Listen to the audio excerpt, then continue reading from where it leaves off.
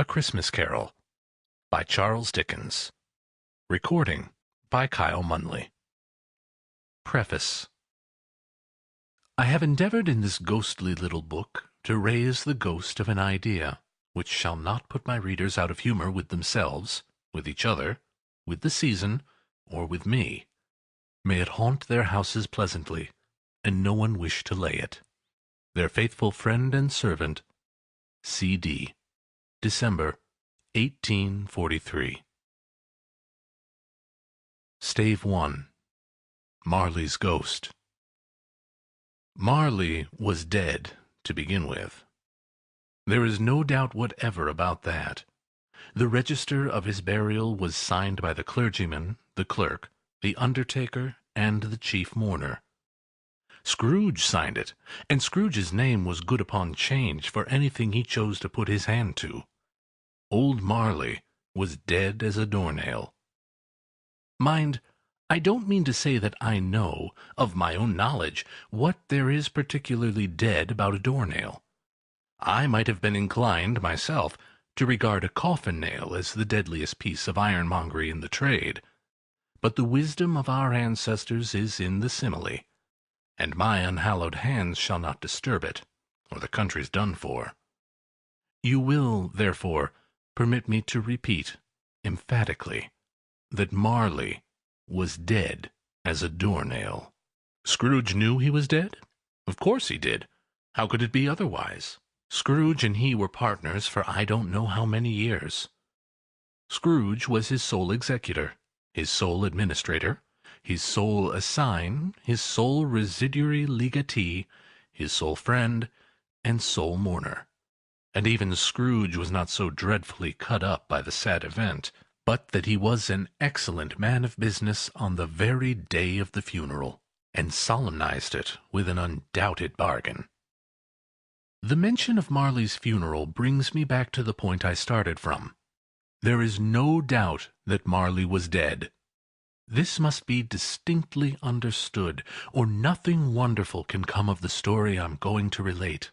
If we were not perfectly convinced that Hamlet's father died before the play began, there would be nothing more remarkable in his taking a stroll at night, in an easterly wind, upon his own ramparts, than there would be in any other middle-aged gentleman rashly turning out after dark in a breezy spot, say St. Paul's churchyard, for instance, literally to astonish his son's weak mind.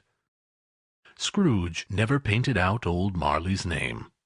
There it stood, years afterwards, above the warehouse door.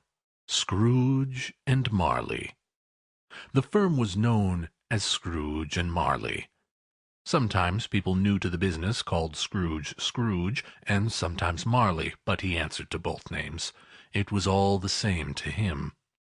Oh, but he was a tight-fisted hand at the grindstone, Scrooge, a squeezing, wrenching, grasping, scraping, clutching, covetous old sinner, hard and sharp as flint, from which no steel had ever struck out generous fire, secret and self-contained, and solitary as an oyster. The cold within him froze his old features, nipped his pointed nose, shriveled his cheek, stiffened his gait, made his eyes red, his thin lips blue, and spoke out shrewdly in his grating voice. A frosty rime was on his head, on his eyebrows, on his wiry chin. He carried his own low temperature always about him. He iced his office in his dog days, and didn't thaw it 1 degree at Christmas. External heat and cold had little influence on Scrooge. No warmth could warm him, no wintry weather chill him. No wind that blew was bitterer than he, no falling snow was more intent upon its purpose, no pelting rain less open to entreaty.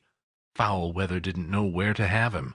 The heaviest rain and snow and hail and sleet could boast of the advantage over him in only one respect. They often came down handsomely, and Scrooge never did. Nobody ever stopped him in the street to say, with gladsome looks, "My dear Scrooge, how are you? When will you come to see me?" No beggars implored him to bestow a trifle. No children asked him what it was o'clock. No man or woman ever once in his life inquired the way to such and such a place of Scrooge. Even the blind men's dogs appeared to know him, and when they saw him coming on, would tug their owners into doorways and up courts, and then would wag their tails as though they said, "No eye at all is better than an evil eye, Dark Master." But what did Scrooge care? It was the very thing he liked. To edge his way along the crowded paths of life, warning all human sympathy to keep its distance, was what the knowing ones called nuts to Scrooge. Once upon a time, of all the good days in the year, on Christmas Eve, old Scrooge sat busy in his counting-house. It was cold, bleak, biting weather, foggy withal, and he could hear the people in the court outside go wheezing up and down, beating their hands upon their breasts and stamping their feet upon the pavement stones to warm them. The city clocks had only just gone 3, but it was quite dark already. It had not been light all day. The candles were flaring in the windows of the neighboring offices, like ruddy smears upon the palpable brown air. The fog came pouring in at every chink and keyhole, and was so dense without that although the court was of the narrowest, the houses opposite were mere phantoms. To see the dingy cloud come drooping down, obscuring everything, one might have thought that nature lived hard by, and was brewing on a large scale. The door of Scrooge's counting-house was open, that he might keep his eye upon his clerk, who, in a dismal little cell beyond, a sort of tank, was copying letters. Scrooge had a very small fire, but the clerk's fire was so very much smaller that it looked like one coal. But he couldn't replenish it, for Scrooge kept the coal-box in his own room. And so, surely, as the clerk came in with the shovel, the master predicted that it would be necessary for them to part. Wherefore, the clerk put on his white comforter and tried to warm himself at the candle, in which effort, not being a man of strong imagination, he failed. "A Merry Christmas, Uncle! God save you!" cried a cheerful voice. It was the voice of Scrooge's nephew, who came upon him so quickly that this was the first intimation he had of his approach. "Bah!" said Scrooge. "Humbug!" He had so heated himself with rapid walking in the fog and frost, this nephew of Scrooge's, that he was all in a glow. His face was ruddy and handsome. His eyes sparkled, and his breath smoked again. "Christmas a humbug, Uncle!" said Scrooge's nephew. "You don't mean that, I'm sure." "I do," said Scrooge. "Merry Christmas! What right have you to be merry? What reason have you to be merry? You're poor enough." "Come, then," returned his nephew gaily. "What right have you to be dismal? What reason have you to be morose? You're rich enough." Scrooge, having no better answer ready on the spur of the moment, said, "Bah!" again, and followed it up with, "Humbug!" "Don't be cross, Uncle," said the nephew. "What else can I be?" returned the uncle. "When I live in such a world of fools as this. Merry Christmas! Out upon Merry Christmas! What's Christmas time to you but a time for paying bills without money? A time for finding yourself a year older, but not an hour richer? A time for balancing your books and having every item in 'em through round dozen of months presented dead against you? If I could work my will," said Scrooge indignantly, "every idiot who goes about with Merry Christmas on his lips should be boiled in his own pudding, and buried with a stake of holly through his heart. He should." "Uncle!" "Nephew," returned the uncle sternly, "keep Christmas in your own way, and let me keep it in mine." "Keep it?" repeated Scrooge's nephew. "But you don't keep it." "Let me leave it alone, then," said Scrooge. "Much good may it do you. Much good it has ever done you." "There are many things from which I might have derived good, by which I have not profited, I dare say," returned the nephew. "Christmas among the rest. But I am sure I have always thought of Christmas time, when it has come round, apart from the veneration due its sacred name and origin, if anything belonging to it can be apart from that, as a good time. A kind, forgiving, charitable, pleasant time. The only time I know of in the long calendar of the year when men and women seem by one consent to open their shut-up hearts freely, and to think of people below them as if they were fellow passengers to the grave, and not another race of creatures bound on their journeys. And therefore, uncle, though it has never put a scrap of gold or silver in my pocket, I believe that it has done me good, and will do me good, and I say, God bless it." The clerk in the tank involuntarily applauded. Becoming immediately sensible of the impropriety, he poked the fire, and extinguished the last frail spark forever. "Let me hear another sound from you," said Scrooge, "and you'll keep your Christmas by losing your situation. You're quite a powerful speaker, sir," he added, turning to his nephew. "I wonder that you don't go into Parliament." "Don't be angry, uncle. Come, dine with us tomorrow." Scrooge said that he would see him. Yes, indeed he would. He went the whole length of the expression, and said that he would see him in that extremity first. "But why?" cried Scrooge's nephew. "Why?" "Why did you get married?" said Scrooge. "Because I fell in love." "Because you fell in love!" growled Scrooge, as if that were the only one thing in the world more ridiculous than a Merry Christmas. "Good afternoon." "Nay, uncle. But you never came to see me before that happened. Why give it as a reason for not coming now?" "Good afternoon." "I want nothing from you. I ask nothing of you. Why cannot we be friends?" "Good afternoon."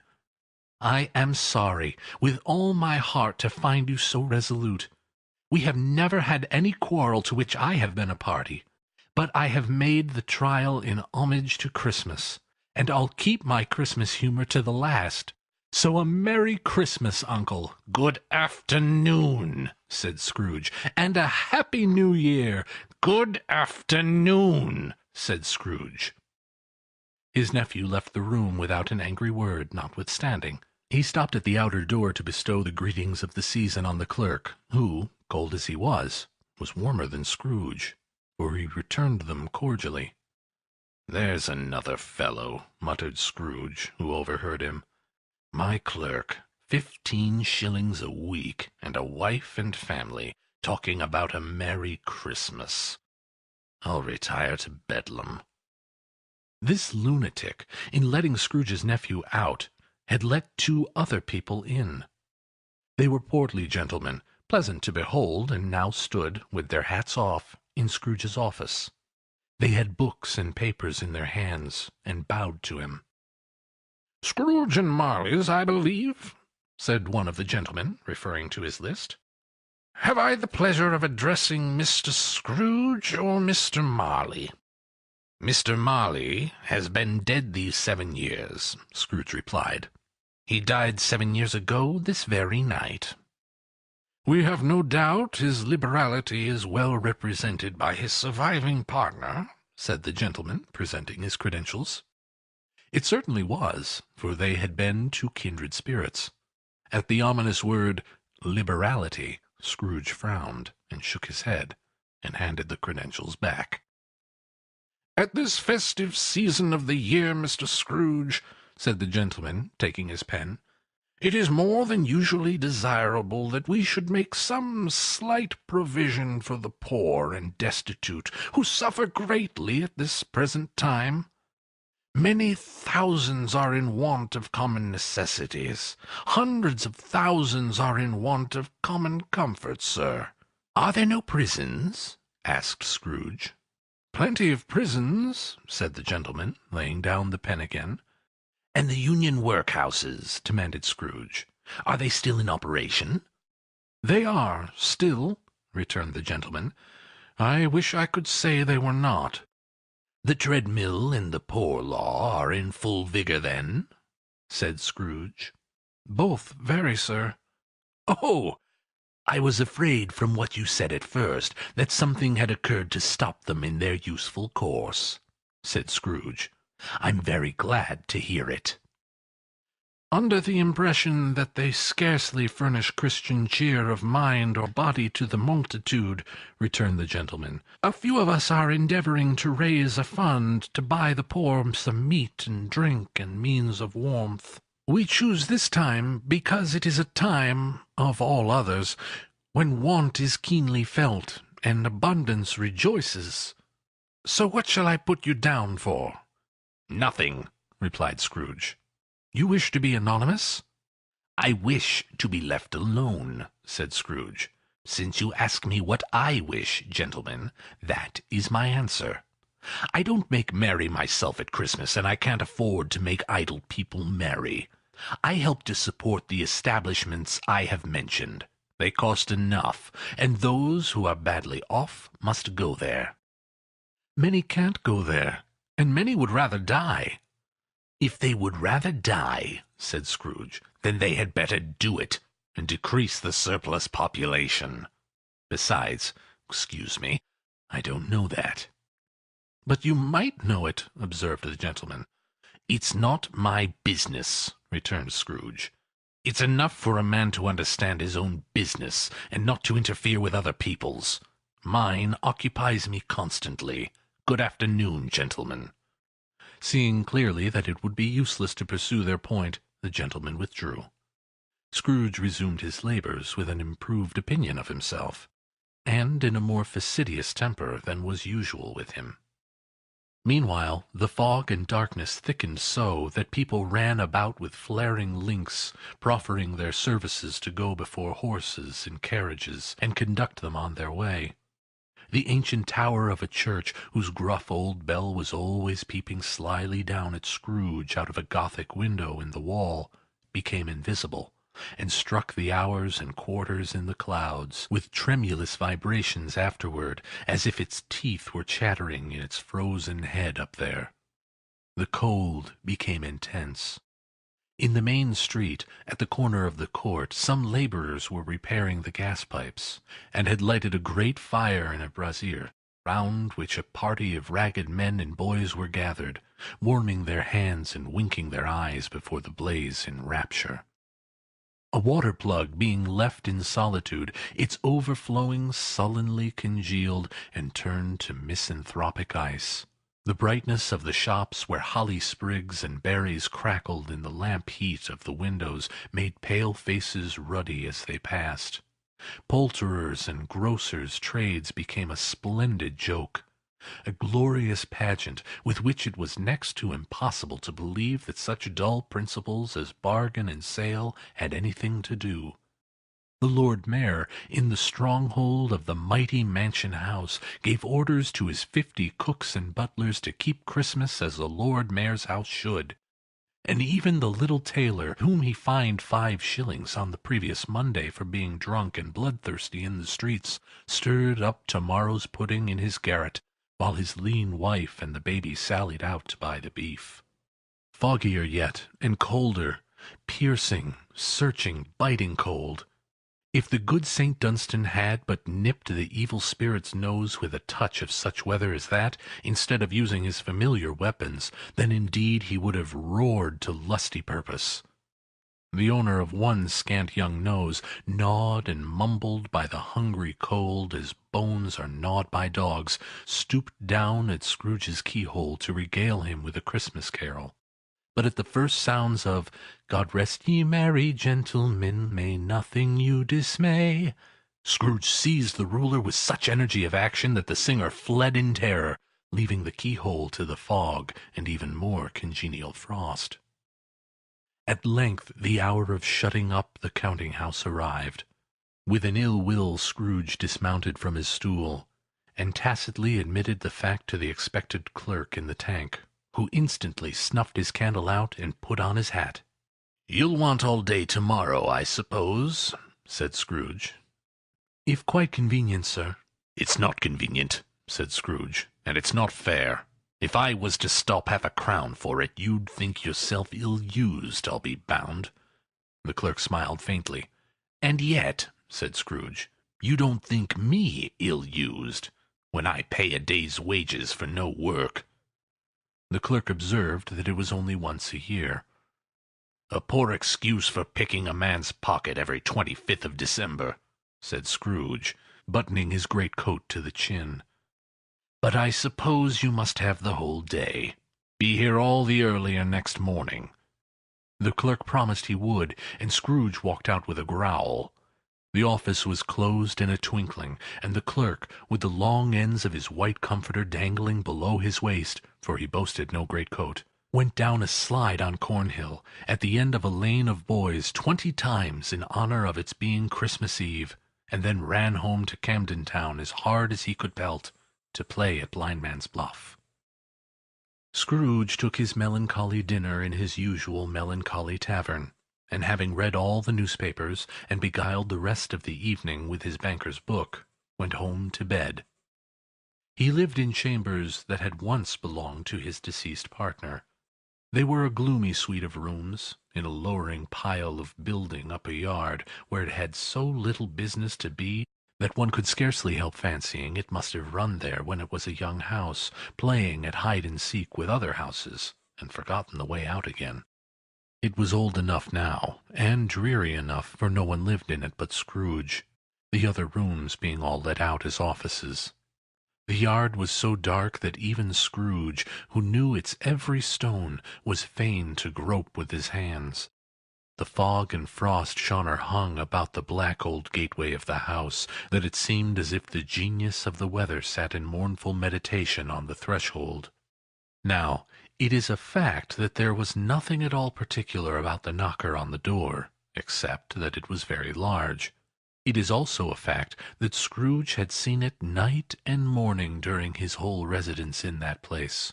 Also, that Scrooge had as little of what is called fancy about him as any man in the city of London, even including, which is a bold word, the corporation, aldermen, and livery. Let it also be borne in mind that Scrooge had not bestowed one thought on Marley since his last mention of his 7 years dead partner that afternoon. And then let any man explain to me, if he can, how it happened that Scrooge, having his key in the lock of the door, saw in the knocker, without its undergoing any intermediate process of change, not a knocker, but Marley's face. Marley's face. It was not an impenetrable shadow as the other objects in the yard were, but had a dismal light about it, like a bad lobster in a dark cellar.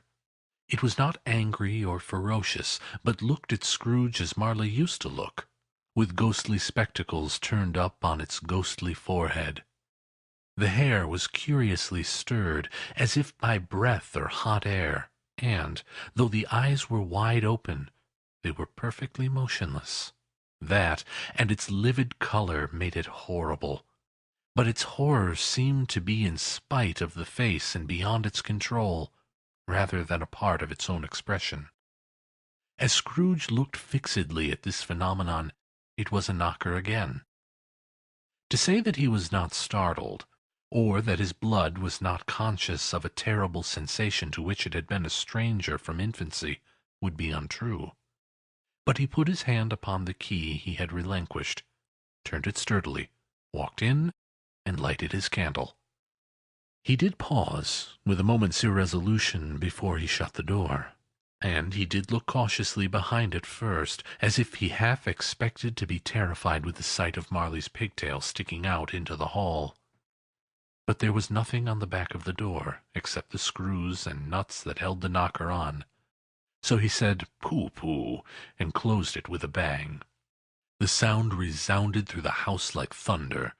Every room above, and every cask in the wine merchant's cellar below, appeared to have a separate peal of echoes of its own. Scrooge was not a man to be frightened by echoes. He fastened the door, and walked across the hall, and up the stairs, slowly too, trimming his candle as he went. You may talk vaguely about driving a coach and six up a good old flight of stairs, or through a bad young Act of Parliament. But I mean to say you might have got a hearse up that staircase, and taken it broadwise, with the splinter bar towards the wall and the door towards the balustrades, and done it easy. There was plenty of width for that, and room to spare, which is perhaps the reason why Scrooge thought he saw a locomotive hearse going on before him in the gloom. Half a dozen gas lamps out of the street wouldn't have lighted the entry too well, so you may suppose that it was pretty dark with Scrooge's dip. Up Scrooge went, not caring a button for that. Darkness is cheap, and Scrooge liked it. But before he shut his heavy door, he walked through his rooms to see that all was right. He had just enough recollection of the face to desire to do that. Sitting room, bedroom, lumber room, all as they should be. Nobody under the table, nobody under the sofa. A small fire in the grate, spoon and basin ready, and the little saucepan of gruel, Scrooge had a cold in his head, upon the hob. Nobody under the bed, nobody in the closet, nobody in his dressing-gown, which was hanging up in a suspicious attitude against the wall. Lumber room as usual, old fire-guard, old shoes, old fish-baskets, washing-stand on 3 legs, and a poker. Quite satisfied, he closed his door, and locked himself in. Double-locked himself in, which was not his custom. Thus secured against surprise, he took off his cravat, put on his dressing-gown and slippers, and his nightcap, and sat down before the fire to take his gruel. It was a very low fire indeed, nothing on such a bitter night. He was obligated to sit close to it and brood over it before he could extract the least sensation of warmth from such a handful of fuel. The fireplace was an old one, built by some Dutch merchant long ago, and paved all round with quaint Dutch tiles, designed to illustrate the Scriptures. There were Cains and Abels, Pharaoh's daughters, queens of Sheba, angelic messengers descending through the air on clouds like feather-beds, Abrahams, Belshazzars, apostles pulling off to sea in butter-boats, hundreds of figures to attract his thoughts. And yet that face of Marley, 7 years dead, came like the ancient prophet's rod and swallowed up the whole. If each smooth tile had been a blank at first, with power to shape some picture on its surface from the disjointed fragments of his thoughts, there would have been a copy of old Marley's head on every one. "Humbug," said Scrooge, and walked across the room. After several turns he sat down again. As he threw his head back in the chair, his glance happened to rest upon a bell. A disused bell that hung in the room, and communicated, for some purpose now forgotten, with a chamber in the highest story of the building. It was with great astonishment, and with a strange, inexplicable dread, that as he looked, he saw this bell begin to swing. It swung so softly in the outset that it scarcely made a sound. But soon it rang out loudly, and so did every bell in the house. This might have lasted half a minute, or a minute, but it seemed like an hour. The bells ceased as they had begun, together. They were succeeded by a clanking noise deep down below, as if some person were dragging a heavy chain over the casks of the wine merchant's cellar. Scrooge then remembered to have heard that ghosts in haunted houses were described as dragging chains. The cellar door flew open with a booming sound, and then he heard the noise much louder on the floors below. Then coming up the stairs. Then coming straight towards his door. "It's humbug still," said Scrooge. "I won't believe it."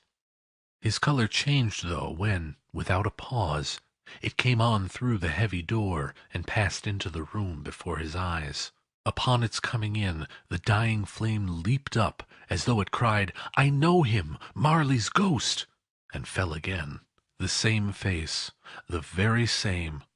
Marley in his pigtail, usual waistcoat, tights and boots, the tassels on the latter bristling like his pigtail, and his coat skirts, and the hair upon his head. The chain he drew was clasped about his middle. It was long and wound about him like a tail, and it was made, for Scrooge observed it closely, of cash-boxes, keys, padlocks, ledgers, deeds, and heavy purses wrought in steel. His body was transparent, so that Scrooge, observing him, and looking through his waistcoat, could see the 2 buttons on his coat behind. Scrooge had often heard it said that Marley had no bowels, but he had never believed it until now. No, nor did he believe it even now, though he looked the phantom through and saw it standing before him, though he felt the chilling influence of its death-cold eyes, and marked the very texture of the folded kerchief bound about its head and chin, which wrapper he had not observed before, he was still incredulous, and fought against his senses. "How now?" said Scrooge, caustic and cold as ever. "What do you want with me?" "Much." Marley's voice, no doubt about it. "Who are you?" "Ask me who I was." "Who were you, then?" said Scrooge, raising his voice. "You're particular for a shade." He was going to say, "to a shade," but substituted this as more appropriate. "In life I was your partner, Jacob Marley." Can you sit down?" asked Scrooge, looking doubtfully at him. "I can." "Do it, then." Scrooge asked the question because he didn't know whether a ghost so transparent might find himself in a condition to take a chair, and felt that in the event of its being impossible, it might involve the necessity of an embarrassing explanation. But the ghost sat down on the opposite side of the fireplace, as if he were quite used to it. "You don't believe in me," observed the ghost. "I don't," said Scrooge. "What evidence would you have of my reality beyond that of your senses?" "I don't know," said Scrooge. "Why do you doubt your senses?" "Because," said Scrooge, "a little thing affects them. A slight disorder of the stomach makes them cheat. You may be an undigested bit of beef, a blot of mustard, a crumb of cheese, a fragment of an underdone potato. There's more gravy than of grave about you, whatever you are." Scrooge was not much in the habit of cracking jokes, nor did he feel, in his heart, by any means waggish then. The truth is that he tried to be smart as a means of distracting his own attention, and keeping down his terror, for the spectre's voice disturbed the very marrow in his bones. To sit staring at those fixed glazed eyes in silence for a moment would play, Scrooge felt, the very deuce with him. There was something very awful, too, in the spectre's being provided with an infernal atmosphere of its own. Scrooge could not feel it himself, but this was clearly the case, for though the ghost sat perfectly motionless, its hair and skirts and tassels were still agitated as by the hot vapour from an oven. "You see this toothpick," said Scrooge, returning quickly to the charge for the reason just assigned, and wishing, though it were only for a second, to divert the vision's stony gaze from himself. "I do," replied the ghost. "You're not looking at it."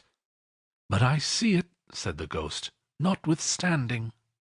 "Well," returned Scrooge, "I have but to swallow this, and be for the rest of my days persecuted by a legion of goblins, all of my own creation. Humbug, I tell you, humbug!"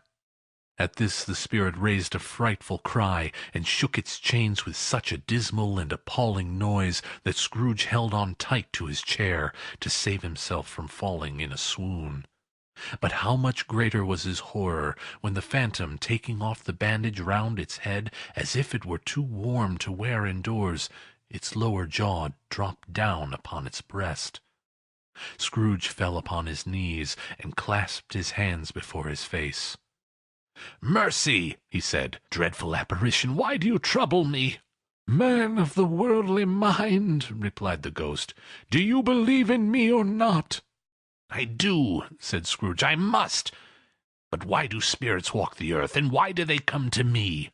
"It is required of every man," the ghost returned, "that the spirit within him should walk abroad among his fellow men, and travel far and wide. And if that spirit goes not forth in life, it is condemned to do so after death. It is doomed to wander through the world. Oh, woe is me, and witness what it cannot share, but might have shared on earth, and turned to happiness." Again the spectre raised a cry, and shook its chains and wrung its shadowy hands. "You are fettered," said Scrooge, trembling. "Tell me why." "I wear the chain I forged in life," replied the ghost. "I made it link by link, and yard by yard. I girded it on of my own free will, and of my own free will I wore it. Is its pattern strange to you?" Scrooge trembled more and more. "Or would you know," pursued the ghost, "the weight and length of the strong coil you bear yourself? It was full as heavy and as long as this 7 Christmas Eves ago. You have labored on it since. It is a ponderous chain." Scrooge glanced about him on the floor, in the expectation of finding himself surrounded by some 50 or 60 fathoms of iron cable, but he could see nothing. "Jacob," he said imploringly, "old Jacob Marley, tell me more. Speak comfort to me, Jacob." "I have none to give," the ghost replied. "It comes from other regions, Ebenezer Scrooge, and is conveyed by other ministers to other kinds of men. Nor can I tell you what I would. A very little more is all permitted to me. I cannot rest. I cannot stay. I cannot linger anywhere. My spirit never walked beyond our counting-house. Mark me, in life my spirit never roved beyond the narrow limits of our money-changing hole, and weary journeys lie before me." It was a habit with Scrooge, whenever he became thoughtful, to put his hands in his breeches pockets. Pondering on what the ghost had said, he did so now, but without lifting up his eyes or getting off his knees. "You must have been very slow about it, Jacob," Scrooge observed, in a businesslike manner, though with humility and deference. "Slow," the ghost repeated. "7 years dead," mused Scrooge, "and travelling all the time." "The whole time," said the ghost. "No rest, no peace, incessant torture of remorse." "You travel fast?" said Scrooge. "On the wings of the wind," replied the ghost. "You might have got over a great quantity of ground in 7 years," said Scrooge. The ghost, on hearing this, set up another cry, and clanked its chains so hideously in the dead silence of the night that the ward would have been justified in indicting it for a nuisance. "Oh, captive bound and double-ironed," cried the phantom, "not to know that ages of incessant labor by mortal creatures for this earth must pass into eternity before the good of which it is susceptible is all developed. Not to know that any Christian spirit working kindly in its little sphere, whatever it may be, will find its mortal life too short for its vast means of usefulness. Not to know that no space of regret can make amends for one's life's opportunity misused. Yet such was I. Oh, such was I." "But you are always a good man of business, Jacob," faltered Scrooge, who now began to apply this to himself. "Business!" cried the ghost, wringing its hands. "Mankind was my business. The common welfare was my business. Charity, mercy, forbearance, and benevolence were all my business. The dealings of my trade were but a drop of water in the comprehensive ocean of my business." It held up its chain at arm's length, as if that were the cause of all its unavailing grief, and flung it heavily upon the ground again. "At this time of the rolling year," the spectre said, "I suffer most. Why did I walk through crowds of fellow beings with my eyes turned down, and never raise them to that blessed star which led the wise men to a poor abode? Were there no poor homes to which its light would have conducted me?" Scrooge was very much dismayed to hear the spectre going on at this rate, and began to quake exceedingly. "Hear me!" cried the ghost. "My time is nearly gone." "I will," said Scrooge, "but don't be hard upon me. Don't be flowery, Jacob, pray." "How it is that I appear before you in a shape that you can see, I may not tell. I have sat invisible beside you many and many a day." It was not an agreeable idea. Scrooge shivered and wiped the perspiration from his brow. "That is no light part of my penance," pursued the ghost. "I am here tonight to warn you that you have yet a chance and hope of escaping my fate, a chance and hope of my procuring Ebenezer." "You were always a good friend to me," said Scrooge. "Thank'ee." "You will be haunted," resumed the ghost, "by 3 spirits." Scrooge's countenance fell almost as low as the ghost's had done. "Is that the chance and hope you mentioned, Jacob?" he demanded in a faltering voice. "It is." I think I'd rather not," said Scrooge. "Without their visits," said the ghost, "you cannot hope to shun the path I tread. Expect the first tomorrow, when the bell tolls 1.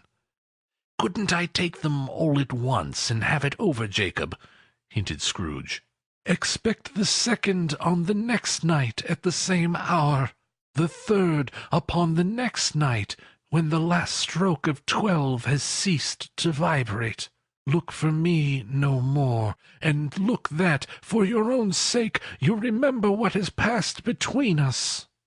When it had said these words, the spectre took its wrapper from the table, and bound it round its head as before. Scrooge knew this by the smart sound its teeth made when the jaws were brought together by the bandage. He ventured to raise his eyes again, and found his supernatural visitor confronting him in an erect attitude, with its chain wound over and about its arm. The apparition walked backward from him, and at every step it took, the window raised itself a little, so that when the spectre reached it, it was wide open. It beckoned Scrooge to approach, which he did. When they were within 2 paces of each other, Marley's ghost held up its hand, warning him to come no nearer. Scrooge stopped. Not so much in obedience as in surprise and fear, for on the raising of the hand he became sensible of confused noises in the air, incoherent sounds of lamentation and regret, wailings inexpressibly sorrowful and self-accusatory. The spectre, after listening for a moment, joined in the mournful dirge, and floated out upon the bleak, dark night. Scrooge followed to the window, desperate in his curiosity. He looked out. The air was filled with phantoms, wandering hither and thither in restless haste, and moaning as they went. Every one of them wore chains like Marley's ghost. Some few, they might be guilty governments, were linked together. None were free. Many had been personally known to Scrooge in their lives. He had been quite familiar with one old ghost, in a white waistcoat, with a monstrous iron safe attached to its ankle, who cried piteously at being unable to assist a wretched woman with an infant, whom it saw below upon a doorstep. The misery with them all was, clearly, that they sought to interfere for good in human matters, and had lost the power forever. Whether these creatures faded into mist, or mist enshrouded them, he could not tell. But they and their spirit voices faded together, and the night became as it had been when he walked home. Scrooge closed the window, and examined the door by which the ghost had entered. It was double-locked, as he had locked it with his own hands, and the bolts were undisturbed. He tried to say "humbug," but stopped at the first syllable, and being, from the emotion he had undergone, or the fatigues of the day, or his glimpse of the invisible world, or the dull conversation of the ghost, or the lateness of the hour, much in need of repose, went straight to bed, without undressing, and fell asleep upon the instant. Stave 2. The First of the 3 Spirits. When Scrooge awoke, it was so dark that looking out of bed he could scarcely distinguish the transparent window from the opaque walls of his chamber. He was endeavouring to pierce the darkness with his ferret eyes when the chimes of a neighbouring church struck the 4 quarters, so he listened for the hour. To his great astonishment, the heavy bell went on from 6 to 7, and from 7 to 8, and regularly up to 12, then stopped. 12! It was past 2 when he went to bed. The clock was wrong. An icicle must have got into the works. 12! He touched the spring of his repeater to correct this most preposterous clock. Its rapid little pulse beat 12, and stopped. "Why, it isn't possible," said Scrooge, "that I can have slept through a whole day and far into another night. It isn't possible that anything has happened to the sun, and this is 12 at noon." The idea being an alarming one, he scrambled out of bed and groped his way to the window. He was obliged to rub the frost off with the sleeve of his dressing-gown before he could see anything, and could see very little then. All he could make out was that it was still very foggy and extremely cold, and that there was no noise of people running to and fro and making a great stir, as there unquestionably would have been if night had beaten off bright day and taken possession of the world. This was a great relief, because 3 days after sight of this first exchange pay to Mr. Ebenezer Scrooge or his order, and so forth, would have become a mere United States security if there were no days to count by. Scrooge went to bed again, and thought, and thought, and thought it over and over and over, and could make nothing of it. The more he thought, the more perplexed he was, and the more he endeavoured not to think, the more he thought. Marley's ghost bothered him exceedingly. Every time he resolved within himself, after mature inquiry, that it was all a dream, his mind flew back again, like a strong spring released, to its first position, and presented the same problem to be worked all through. Was it a dream, or not?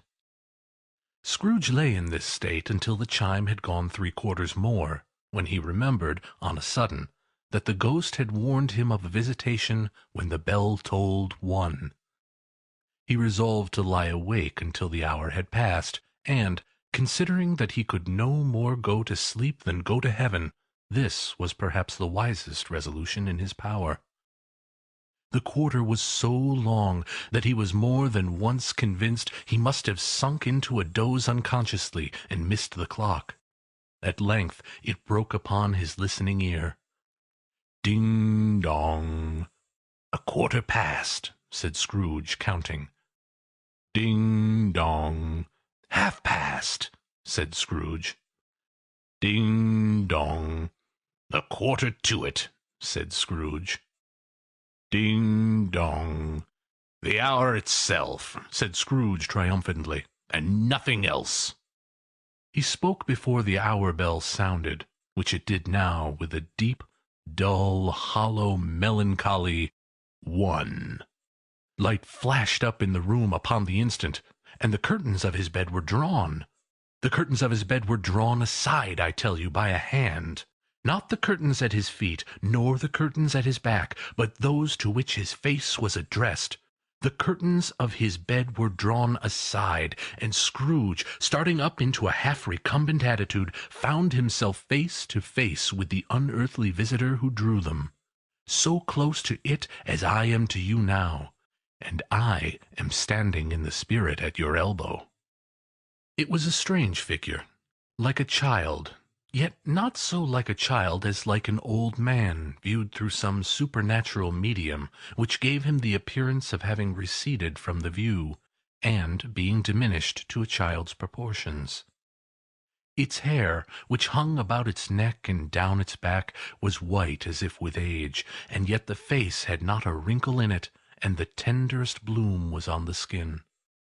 The arms were very long and muscular, the hands the same, as if its hold were of uncommon strength. Its legs and feet, most delicately formed, were, like those upper members, bare. It wore a tunic of the purest white, and round its waist was bound a lustrous belt, the sheen of which was beautiful. It held a branch of fresh green holly in its hand, and, in singular contradiction of that wintry emblem, had its dress trimmed with summer flowers. But the strangest thing about it was, that from the crown of its head there sprung a bright, clear jet of light, by which all this was visible, and which was doubtless the occasion of its using, in its duller moments, a great extinguisher for a cap, which it now held under its arm. Even this, though, when Scrooge looked at it with increasing steadiness, was not its strangest quality, for as its belt sparkled and glittered now in one part and now in another, and what was light one instant, at another time was dark, so the figure itself fluctuated in its distinctness, being now a thing with one arm, now with one leg, now with 20 legs, now a pair of legs without a head, now a head without a body, of which dissolving parts no outline would be visible in the dense gloom wherein they melted away, and in the very wonder of this it would be itself again, distinct and clear as ever. "Are you the spirit, sir, whose coming was foretold to me?" asked Scrooge. "I am." The voice was soft and gentle, singularly low, as if instead of being so close beside him, it were at a distance. "Who and what are you?" Scrooge demanded. "I am the ghost of Christmas past." "Long past?" inquired Scrooge, observant of its dwarfish nature. "No, your past." Perhaps Scrooge could not have told anybody why, if anybody could have asked him, but he had a special desire to see the spirit in his cap, and begged him to be covered. "What!" exclaimed the ghost. "Would you so soon put out with worldly hands the light I give? Is it not enough that you are one of those whose passions made this cap, and forced me through whole trains of years to wear it low upon my brow?" Scrooge reverently disclaimed all intention to offend, or any knowledge of having wilfully bonneted the spirit at any period in his life. He then made bold to inquire what business brought him there. "Your welfare," said the ghost. Scrooge expressed himself much obliged, but could not help thinking that a night of unbroken rest would be more conducive to that end. The spirit must have heard him thinking, for it said immediately, "Your reclamation, then. Take heed." It put out its strong hand as it spoke, and clasped him gently by the arm. "Rise, and walk with me." It would have been in vain for Scrooge to plead that the weather and the hour were not adapted to pedestrian purposes, that bed was warm, and the thermometer a long way below freezing, that he was clad but lightly in his slippers, dressing-gown, and nightcap, and that he had a cold upon him at the time. The grasp, though gentle as a woman's hand, was not to be resisted. He rose, but finding that the spirit made towards the window, clasped his robe in supplication. "I am mortal," Scrooge remonstrated, "and liable to fall." "Bear but a touch of my hand there," said the spirit, laying it upon his heart, "and you shall be upheld in more than this." As the words were spoken, they passed through the wall, and stood upon an open country road, with fields on either hand. The city had entirely vanished. Not a vestige of it was to be seen. The darkness and the mist had vanished with it, for it was a clear, cold winter day, with snow upon the ground. "Good heaven!" said Scrooge, clasping his hands together as he looked about him. "I was bred in this place. I was a boy here." The spirit gazed upon him mildly. Its gentle touch, though it had been light and instantaneous, appeared still present to the old man's sense of feeling. He was conscious of 1,000 odors floating in the air, each one connected with 1,000 thoughts, and hopes, and joys, and cares long, long forgotten. "Your lip is trembling," said the ghost. "And what is that upon your cheek?" Scrooge muttered, with an unusual catching in his voice, that it was a pimple, and begged the ghost to lead him where he would. "You recollect the way?" inquired the spirit. "Remember it!" cried Scrooge with fervor. "I could walk it blindfold." "Strange to have forgotten it for so many years," observed the ghost. "Let us go on." They walked along the road, Scrooge recognizing every gate and post and tree, until a little market town appeared in the distance, with its bridge, its church, and winding river. Some shaggy ponies now were seen trotting towards them, with boys upon their backs, who called to other boys in country gigs and carts driven by farmers. All these boys were in great spirits, and shouted to each other until the broad fields were so full of merry music that the crisp air laughed to hear it. "These are but shadows of things that have been," said the ghost. "They have no consciousness of us." The jocund travellers came on, and, as they came, Scrooge knew and named them every one. Why was he rejoiced beyond all bounds to see them? Why did his cold eye glisten and his heart leap up as they went past? Why was he filled with gladness when he heard them give each other Merry Christmas as they parted at crossroads and byways for their several homes? What was Merry Christmas to Scrooge? Out upon Merry Christmas! What good had it ever done him? "The school is not quite deserted," said the ghost. "A solitary child, neglected by his friends, is left there still." Scrooge said he knew it, and he sobbed.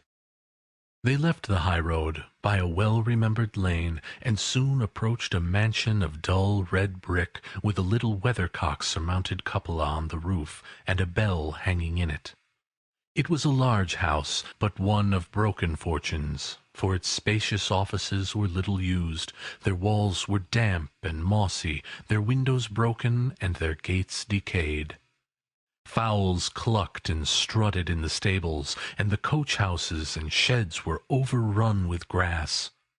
Nor was it more retentive of its ancient state within, for entering the dreary hall and glancing through the open doors of many rooms, they found them poorly furnished, cold, and vast. There was an earthly savour in the air, a chilly bareness in the place, which associated itself somehow with too much getting up by candlelight, and not too much to eat. They went, the ghost and Scrooge, across the hall to a door at the back of the house. It opened before them, and disclosed a long, bare, melancholy room, made barer still by lines of plain deal forms and desks. At one of these, a lonely boy was reading near a feeble fire, and Scrooge sat down upon a form and wept to see his poor forgotten self as he used to be.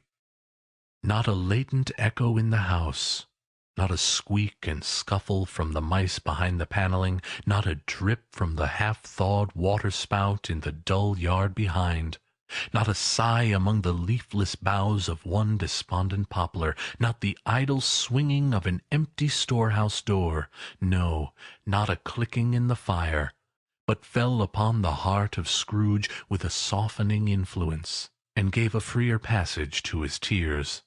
The spirit touched him on the arm, and pointed to his younger self, intent upon his reading. Suddenly a man in foreign garments, wonderfully real and distinct to look at, stood outside the window, with an axe stuck in his belt, and leading by the bridle an ass laden with wood. "Why, it's Ali Baba!" Scrooge exclaimed in ecstasy. "It's dear old honest Ali Baba! Yes, yes, I know! One Christmas time, when yonder solitary child was left here all alone, he did come for the first time, just like that. Poor boy! And Valentine, with his wild brother Orson, there they go! And what's his name, who was put down in his drawers, asleep at the gates of Damascus, don't you see him? And the Sultan's groom, turned upside down by the genie, there he is upon his head. Serve him right, I'm glad of it. What business had he to be married to the princess?" To hear Scrooge expending all the earnestness of his nature on such subjects in a most extraordinary voice between laughing and crying, and to see his heightened and excited face, would have been a surprise to his business friends in the city, indeed. "There's the parrot!" cried Scrooge. "Green body and yellow tail, with a thing like a lettuce growing out of the top of its head. There he is! Poor Robinson Crusoe, he called him when he came home again after sailing round the island. Poor Robinson Crusoe, where have you been, Robinson Crusoe? The man thought he was dreaming, but he wasn't. It was the parrot, you know. There goes Friday, running for his life to the little creek. Hallo! Hoop! Hallo!" Then, with a rapidity of transition very foreign to his usual character, he said, in pity for his former self, "Poor boy!" and cried again. "I wish," Scrooge muttered, putting his hand in his pocket and looking about him after drying his eyes with his cuff. "But it's too late now." "What is the matter?" asked the spirit.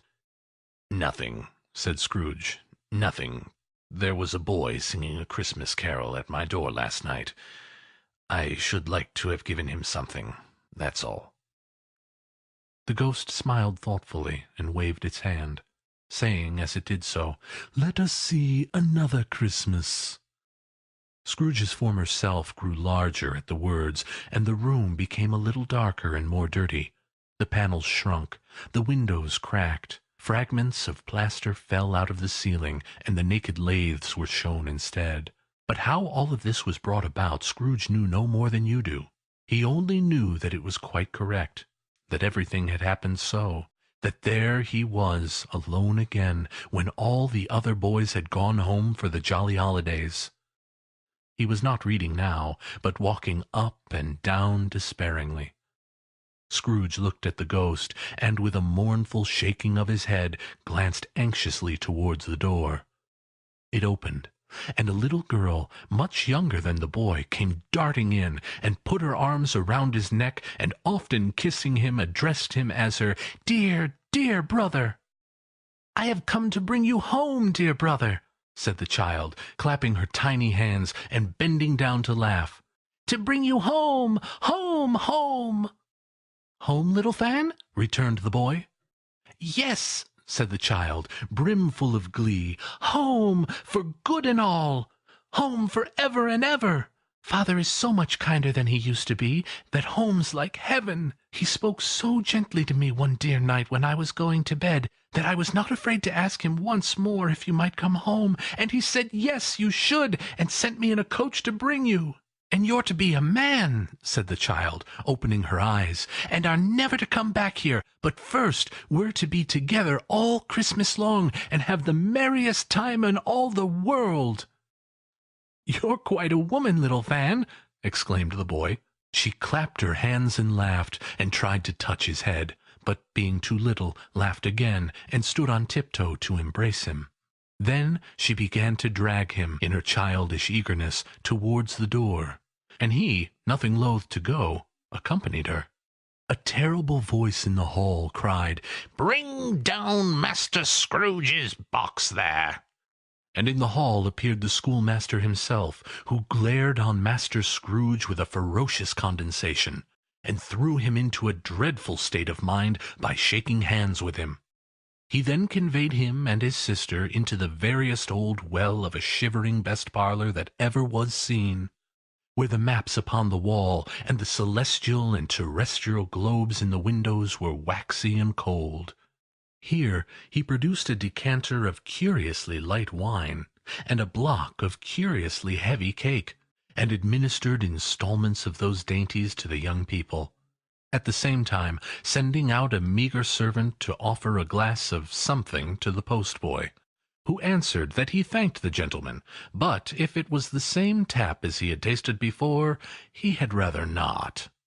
Master Scrooge's trunk being by this time tied to the top of the chaise, the children bade the schoolmaster good-bye right willingly, and, getting into it, drove gaily down the garden sweep, the quick wheels dashing the hoar frost and snow off the dark leaves of the evergreens like spray.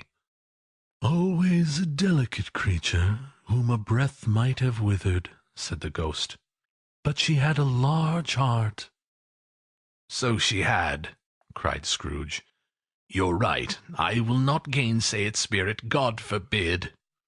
"She died a woman," said the ghost, "and had, as I think, children." "One child," Scrooge returned. "True," said the ghost. "Your nephew." Scrooge seemed uneasy in his mind, and answered briefly, "Yes." Although they had but that moment left the school behind them, they were now in the busy thoroughfares of a city, where shadowy passengers passed and repassed, where shadowy carts and coaches battled for the way, and all the strife and tumult of a real city were. It was made plain enough, by the dressing of the shops, that here, too, it was Christmas time again. But it was evening, and the streets were lighted up. The ghost stopped at a certain warehouse door, and asked Scrooge if he knew it. "Know it," said Scrooge. "I was apprenticed here." They went in. At sight of an old gentleman in a Welsh wig, sitting behind such a high desk that if he had been 2 inches taller he must have knocked his head against the ceiling, Scrooge cried in great excitement, "Why, it's old Fezziwig! Bless his heart, it's Fezziwig alive again!" Old Fezziwig laid down his pen, and looked up at the clock, which pointed to the hour of 7. He rubbed his hands, adjusted his capacious waistcoat, laughed all over himself from his shoes to his organ of benevolence, and called out in a comfortable, oily, rich, fat, jovial voice, "Yo-ho there! Ebenezer! Dick!" Scrooge's former self, now grown a young man, came briskly in, accompanied by his fellow prentice. "Dick Wilkins, to be sure," said Scrooge to the ghost. "Bless me, yes, there he is. He was very much attached to me, was Dick. Poor Dick! Dear, dear!" "Yo-ho, my boys!" said Fezziwig. "No more work to-night. Christmas Eve, Dick! Christmas, Ebenezer!" "Let's have the shutters up!" cried old Fezziwig, with a sharp clap of his hands, "before a man can say Jack Robinson." You wouldn't believe how fast those 2 fellows went at it. They charged into the street with the shutters. 1, 2, 3. They had 'em up in their places. 4, 5, 6. Barred 'em and pinned 'em. 7, 8, 9. And came back before you could have got to 12, panting like racehorses. "Hilly-ho!" cried old Fezziwig, skipping down from the high desk with wonderful agility. "Clear away, my lads, and let's have lots of room here. Hilly-ho, Dick! Cheer up, Ebenezer!" Clear away! There was nothing they wouldn't have cleared away, or couldn't have cleared away, with old Fezziwig looking on. It was done in a minute. Every movable was packed off as if it were dismissed from public life for evermore. The floor was swept and watered, the lamps were trimmed, fuel was heaped upon the fire, and the warehouse was as snug and warm and dry and bright a ballroom as you would desire to see upon a winter's night. In came a fiddler with a music book, and went up to the lofty desk, and made an orchestra of it, and tuned like 50 stomach-aches. In came Mrs. Fezziwig, one vast substantial smile. In came the 3 Miss Fezziwigs, beaming and lovable. In came the 6 young followers, whose hearts they broke. In came all the young men and women employed in the business. In came the housemaid with her cousin, the baker. In came the cook with her brother's particular friend, the milkman. In came the boy from over the way, who was suspected of not having board enough from his master, trying to hide himself behind the girl from next door, but one who was proven to have had her ears pulled by her mistress. In they all came, one after another, some shyly, some boldly, some gracefully, some awkwardly, some pushing, some pulling. In they came anyhow and everyhow. Away they all went, 20 couple at once, hands half round and back again the other way, down the middle and up again, round and round in various stages of affectionate grouping, old top couple always turning up in the wrong place, new top couple starting off again as soon as they got there. All top couples at last, and not a bottom one to help them. When this result was brought about, old Fezziwig, clapping his hands to stop the dance, cried out, "Well done!" and the fiddler plunged his hot face into a pot of porter, especially provided for that purpose. But scorning rest, upon his reappearance, he instantly began again, though there were no dancers yet, as if the other fiddler had been carried home exhausted on a shutter, and he were the brand-new man resolved to beat him out of sight or perish. There were more dances, and there were forfeits, and more dances, and there was cake, and there was negus, and there was a great piece of cold roast, and there was a great piece of cold boiled, and there were mince pies and plenty of beer. But the great effect of the evening came after the roast and boiled, when the fiddler, an artful dog mind, the sort of man who knew his business better than you or I could have told it him, struck up Sir Roger de Coverley. Then old Fezziwig stood out to dance with Mrs. Fezziwig. Top couple, too, with a good stiff piece of work cut out for them, 3 or 4 and 20 pair of partners, people who were not to be trifled with, people who would dance, and had no notion of walking. But if they had been twice as many, 4 times, old Fezziwig would have been a match for them, and so would Mrs. Fezziwig. As to her, she was worthy to be his partner in every sense of the term. If that's not high praise, tell me higher, and I'll use it. A positive light appeared to issue from Fezziwig's calves. They shone in every part of the dance like moons. You couldn't have predicted at any given time what would have become of them next. And when old Fezziwig and Mrs. Fezziwig had gone all through the dance, advance and retire, both hands to your partner, bow and curtsy, corkscrew, thread the needle, and back again to your place, Fezziwig cut so deftly that he appeared to wink with his legs, and came upon his feet without a stagger. When the clock struck 11, this domestic ball broke up. Mr. and Mrs. Fezziwig took their stations, one on either side of the door, and, shaking hands with every person individually as he or she went out, wished him or her a Merry Christmas.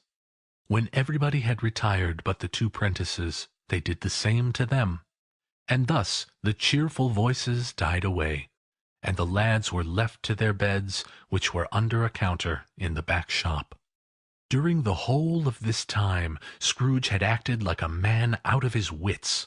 His heart and soul were in the scene, and with his former self. He corroborated everything, remembered everything, enjoyed everything, and underwent the strangest agitation.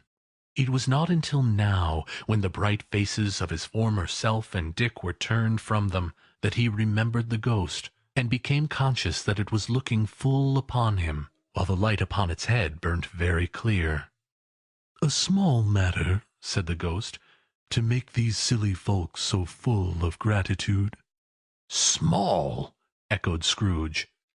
The spirit signed to him to listen to the 2 apprentices, who were pouring out their hearts in praise of Fezziwig, and when he had done so, said, "Why, is it not? He has spent but a few pounds of your mortal money, 3 or 4 perhaps. Is that so much that he deserves this praise?" "It isn't that," said Scrooge, heated by the remark, and speaking unconsciously like his former, not his latter self. "It isn't that, spirit.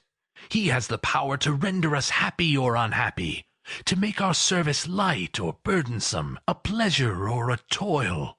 Say that his power lies in words and looks, in things so slight and insignificant that it is impossible to add and count 'em up. What then? The happiness he gives is quite as great as if it cost a fortune."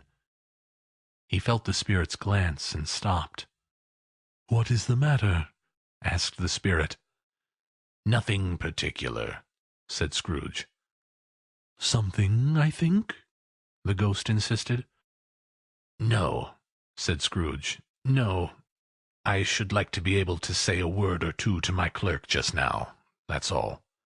His former self turned down the lamps as he gave utterance to the wish, and Scrooge and the ghost again stood side by side in the open air.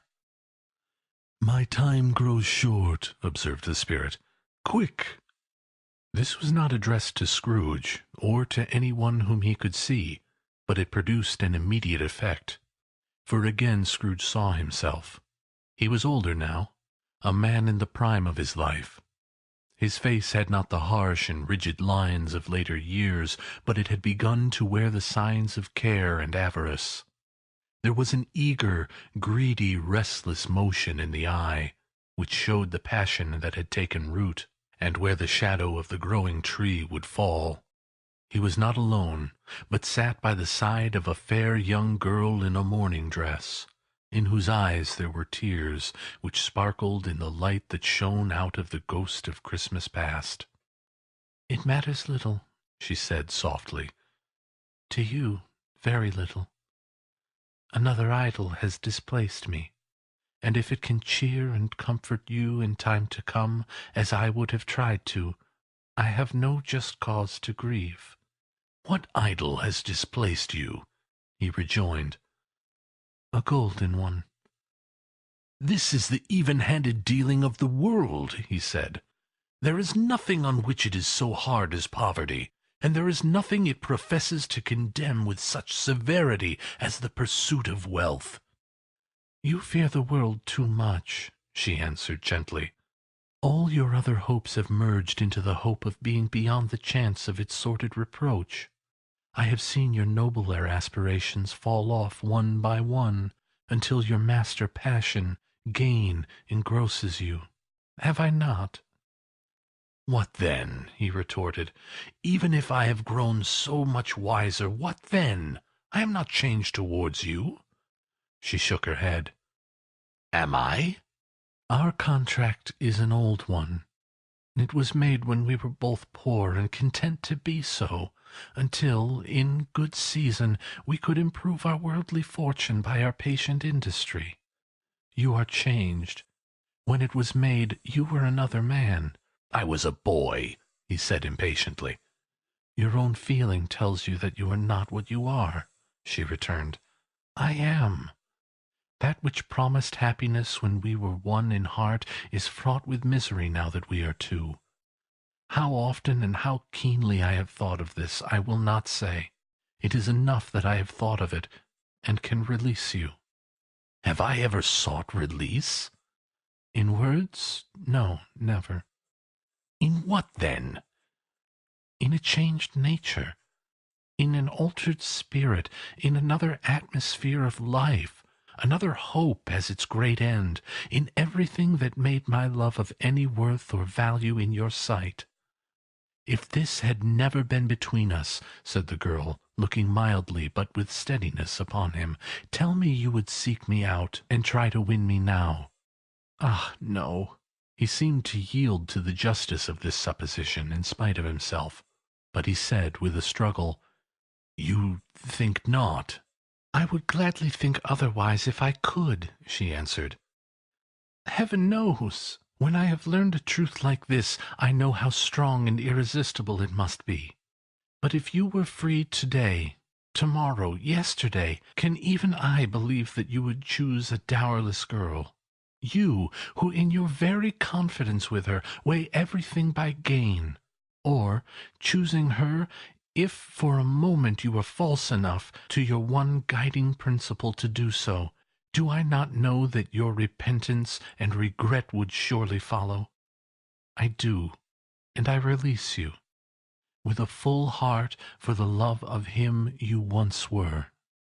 He was about to speak, but with her head turned from him, she resumed. "You may. The memory of what is past half makes me hope you will have pain in this. A very, very brief time, and you will dismiss the recollection of it gladly as an unprofitable dream from which it happened well that you awoke. May you be happy in the life you have chosen." She left him, and they parted. "Spirit," said Scrooge, "show me no more. Conduct me home. Why do you delight to torture me?" "One shadow more!" exclaimed the ghost. "No more!" cried Scrooge. "No more! I do not wish to see it. Show me no more!"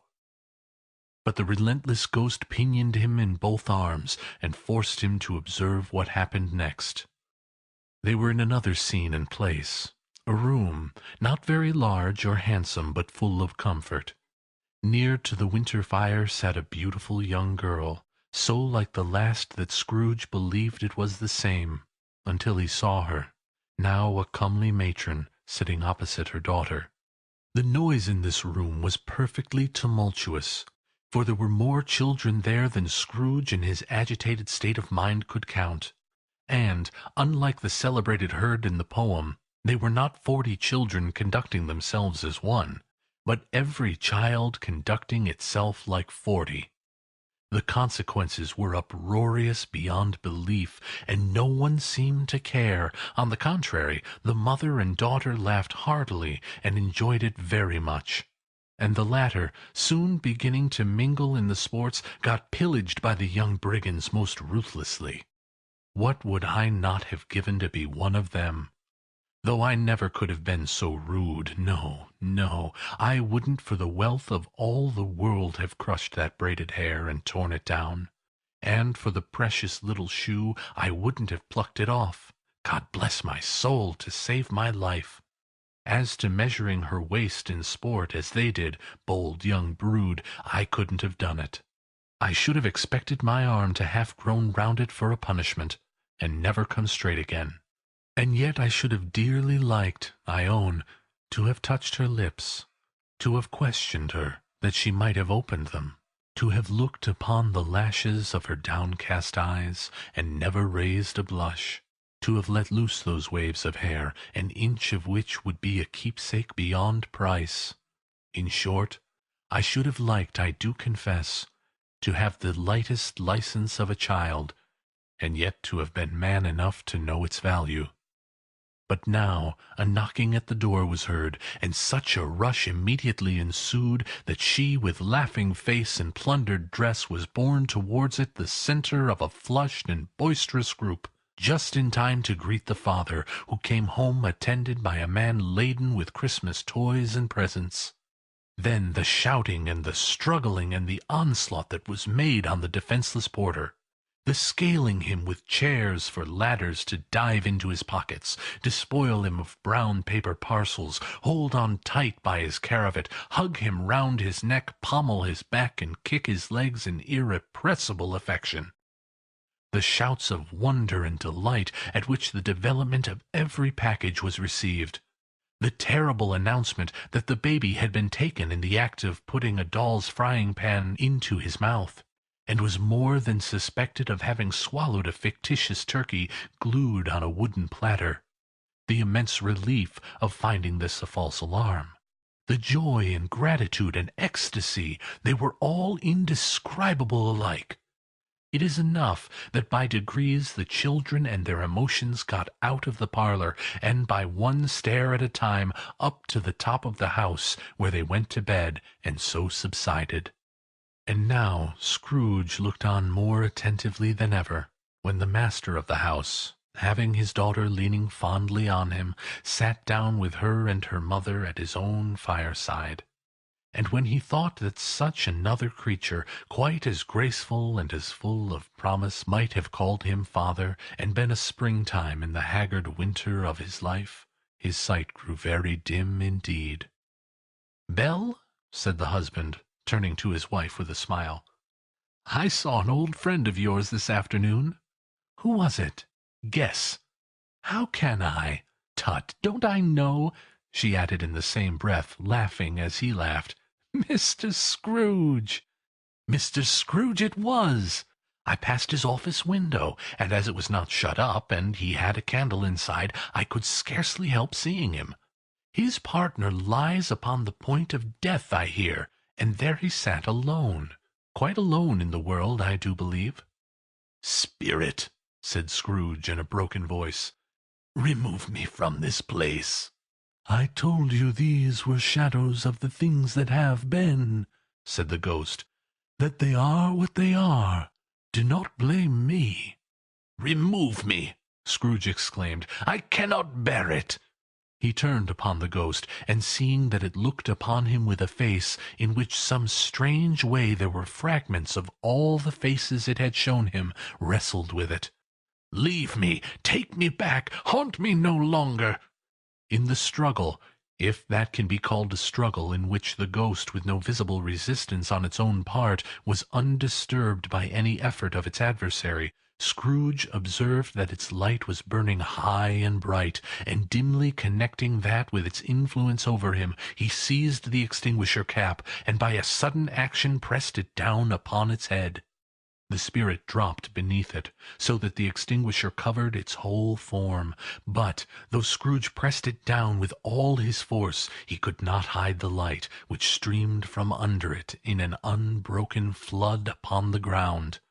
He was conscious of being exhausted, and overcome by an irresistible drowsiness, and, further, of being in his own bedroom. He gave the cap a parting squeeze, in which his hand relaxed, and had barely time to reel to bed before he sank into a heavy sleep. Stave 3. The second of the three spirits. Awakening in the middle of a prodigiously tough snore, and sitting up in bed to get his thoughts together, Scrooge had no occasion to be told that the bell was again upon the stroke of 1. He felt that he was restored to consciousness in the right nick of time, for the especial purpose of holding a conference with the second messenger dispatched to him through Jacob Marley's intervention. But finding that he turned uncomfortably cold when he began to wonder which of his curtains this new spectre would draw back, he put them every one aside with his own hands, and, lying down again, established a sharp lookout all round the bed. For he wished to challenge the spirit on the moment of its appearance, and did not wish to be taken by surprise and made nervous. Gentlemen of the free and easy sort, who plumed themselves on being acquainted with a move or two, and, being usually equal to the time of day, express the wide range of their capacity for adventure by observing that they are good for anything from pitch and toss to manslaughter, between which opposite extremes, no doubt, there lies a tolerably wide and comprehensive range of subjects. Without venturing for Scrooge quite as heartily as this, I don't mind calling on you to believe that he was ready for a good broad field of strange appearances, and that nothing between a baby and a rhinoceros would have astonished him very much. Now, being prepared for almost anything, he was not, by any means, prepared for nothing, and, consequently, when the bell struck 1 and no shape appeared, he was taken with a violent fit of trembling. 5 minutes, 10 minutes, a quarter of an hour went by, yet nothing came. All this time he lay upon his bed, the very core and center of a blaze of ruddy light, which streamed upon it when the clock proclaimed the hour, and by which, being only light, was more alarming than a dozen ghosts, as he was powerless to make out what it meant, or would be at, and was sometimes apprehensive that he might be, at that very moment, an interesting case of spontaneous combustion, without having the consolation of knowing it. At last, however, he began to think, as you or I would have thought at first, for it is always the person and not the predicament who knows what ought to have been done in it, and would unquestionably have done to it. At last, I say, he began to think that the source and secret of this ghostly light might be in the adjoining room, from whence, on further tracing it, it seemed to shine. This idea taking full possession of his mind, he got up softly and shuffled in his slippers to the door. The moment Scrooge's hand was on the lock, a strange voice called to him by his name, and bade him enter. He obeyed. It was his own room, there was no doubt about that, but it had undergone a surprising transformation. The walls and ceiling were so hung with living green that it looked a perfect grove, from every part of which bright gleaming berries glistened.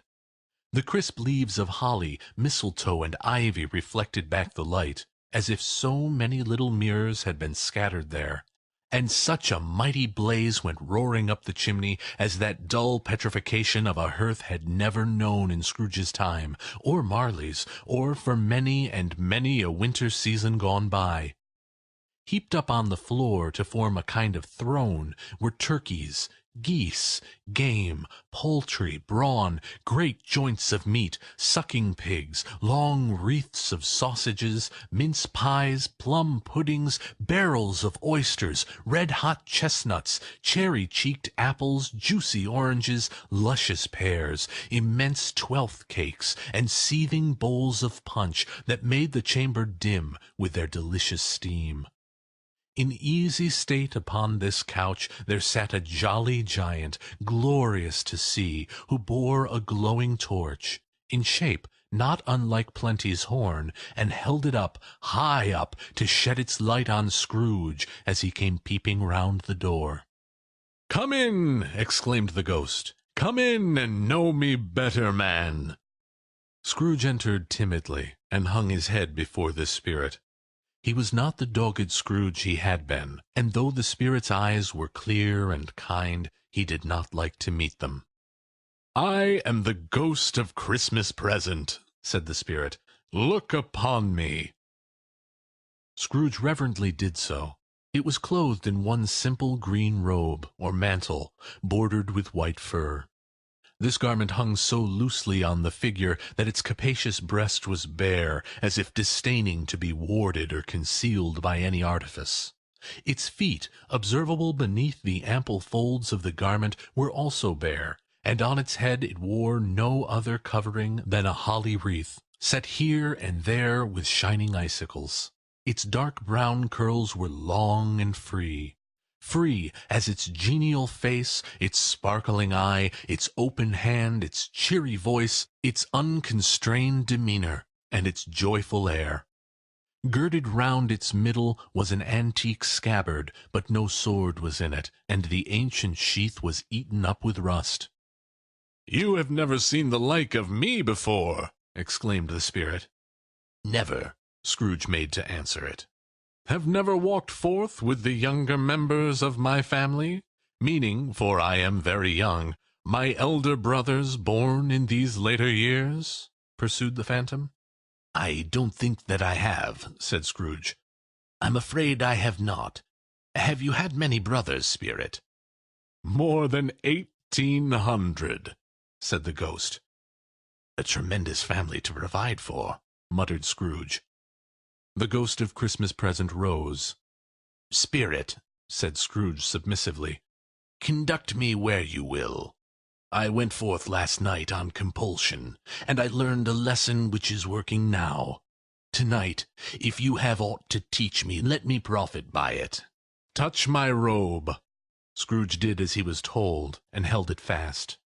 Holly, mistletoe, red berries, ivy, turkeys, geese, game, poultry, brawn, meat, pigs, sausage, oysters, pies, puddings, fruit, and punch all vanished instantly. So did the room, the fire, the ruddy glow, the hour of the night, and they stood in the city streets on Christmas morning, where, for the weather was severe, the people made a rough but brisk and not unpleasant kind of music in scraping the snow from the pavement in front of their dwellings, and from the tops of their houses, whence it was mad delight to the boys to see it come plumping down into the road below and splitting into artificial little snowstorms. The house fronts looked black enough, and the windows blacker, contrasting with the smooth white sheet of snow upon the roofs, and with the dirtier snow upon the ground, which last deposit had been ploughed up in deep furrows by the heavy wheels of carts and wagons, furrows that crossed and recrossed each other hundreds of times, where the great streets branched off, and made intricate channels hard to trace in the thick yellow mud and icy water. The sky was gloomy, and the shortest streets were choked up with a dingy mist, half thawed, half frozen, whose heavier particles descended in a shower of sooty atoms, as if all the chimneys in Great Britain had, by one consent, caught fire and were blazing away to their dear hearts' content. There was nothing very cheerful in the climate or the town, and yet was there an air of cheerfulness abroad that the clearest summer air and brightest summer sun might have endeavored to diffuse in vain. For the people who were shoveling away on the housetops were jovial and full of glee, calling out to one another from the parapets, and now and then exchanging a facetious snowball, better-natured missile far than many a wordy jest, laughing heartily if it went right, and not less heartily if it went wrong. The poulterers' shops were still half open, and the fruiterers were radiant in their glory. There were great, round, pot-bellied baskets of chestnuts, shaped like the waistcoats of jolly old gentlemen lolling at the doors, and tumbling out into the street in their apoplectic opulence. There were ruddy, brown-faced, broad-girthed Spanish onions, shining in the fatness of their growth like Spanish friars, and winking from their shelves in wanton slyness at the girls as they passed by and glanced demurely at the hung-up mistletoe. There were pears and apples clustered high in blooming pyramids. There were bunches of grapes, made, in the shopkeeper's benevolence, to dangle from conspicuous hooks, that people's mouths might water gratis as they passed. There were piles of filberts, mossy and brown, recalling, in their fragrance, ancient walks among the woods, and pleasant shufflings ankle-deep through withered leaves. There were Norfolk biffins, squat and swarthy, setting off the yellow of the oranges and lemons, and, in the great compactness of their juicy persons, urgently entreating and beseeching to be carried home in paper bags and eaten after dinner. There were very gold and silver fish set forth among these choice fruits in a bowl, though members of a dull and stagnant-blooded race appeared to know that there was something going on, and, to a fish, went swimming round and round in their little world in slow and passionless excitement. The grocers, oh, the grocers, nearly closed with perhaps 2 shutters down, or 1, but through those gaps such glimpses! It was not alone that the scales descending on the counter made a merry sound, or that the twine and roller parted company so briskly, or that the canisters were rattled up and down like juggling tricks, or even that the blended scents of tea and coffee were so grateful to the nose, or even that the raisins were so plentiful and rare, the almonds so extremely white, the sticks of cinnamon so long and straight, the other spices so delicious, the candied fruits so caked and spotted with molten sugar as to make the coldest lookers-on feel faint and subsequently bilious.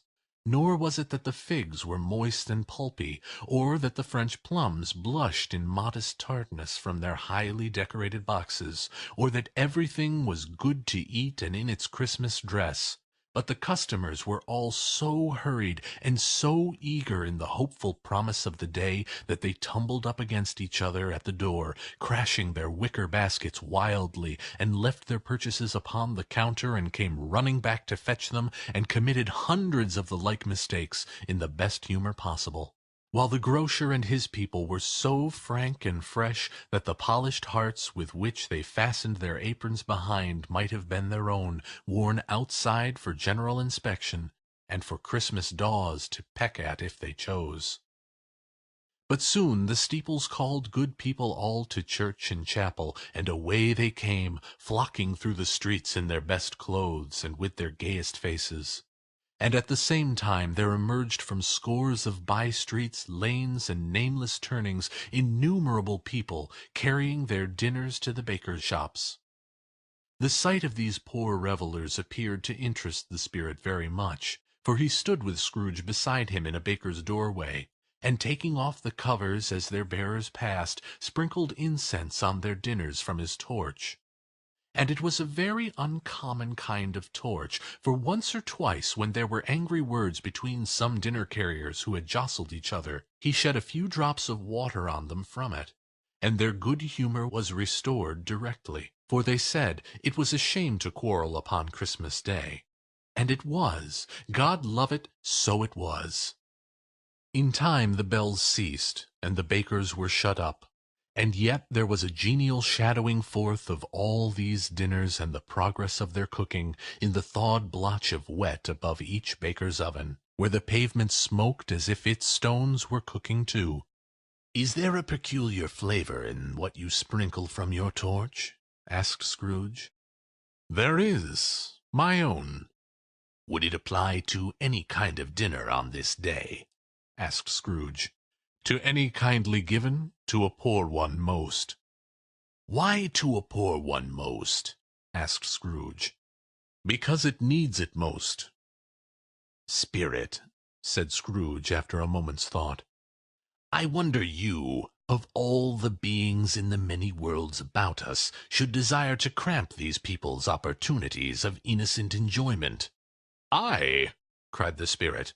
You would deprive them of their means of dining every 7th day, often the only day on which they can be said to dine at all, said Scrooge. Wouldn't you? I, cried the spirit. You seek to close these places on the 7th day, said Scrooge. And it comes to the same thing. I seek, exclaimed the spirit. Forgive me if I am wrong. It has been done in your name, or at least in that of your family, said Scrooge. There are some upon this earth of yours, returned the spirit, who lay claim to know us, and who do their deeds of passion, pride, ill will, hatred, envy, bigotry, and selfishness in our name, who are as strange to us and all our kith and kin as if they had never lived. Remember that, and charge their doings on themselves, not us. Scrooge promised that he would, and they went on, invisible, as they had been before, into the suburbs of the town.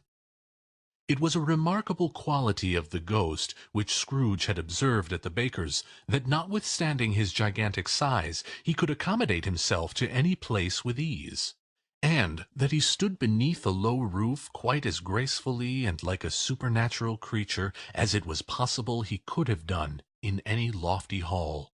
And perhaps it was the pleasure the good spirit had in showing off this power of his, or else was his own kind, generous, hearty nature, and his sympathy with all poor men, that led him straight to Scrooge's clerks. For there he went, and took Scrooge with him, holding to his robe, and on the threshold of the door the spirit smiled, and stopped to bless Bob Cratchit's dwelling with the sprinkling of his torch. Think of that! Bob had but 15 bob a week himself. He pocketed on Saturdays but 15 copies of his Christian name, and yet the ghost of Christmas present blessed his 4-roomed house. Then up rose Mrs. Cratchit, Cratchit's wife, dressed out but poorly in a twice-turned gown, but brave in ribbons, which are cheap and make a goodly show for 6d. And she laid the cloth, assisted by Belinda Cratchit, second of her daughters, also brave in ribbons, while Master Peter Cratchit plunged a fork into the saucepan of potatoes, and, getting the corners of his monstrous shirt-collar, Bob's private property, conferred upon his son and heir in honor of the day, into his mouth, rejoiced to find himself so gallantly attired, and yearned to show his linen in the fashionable parks.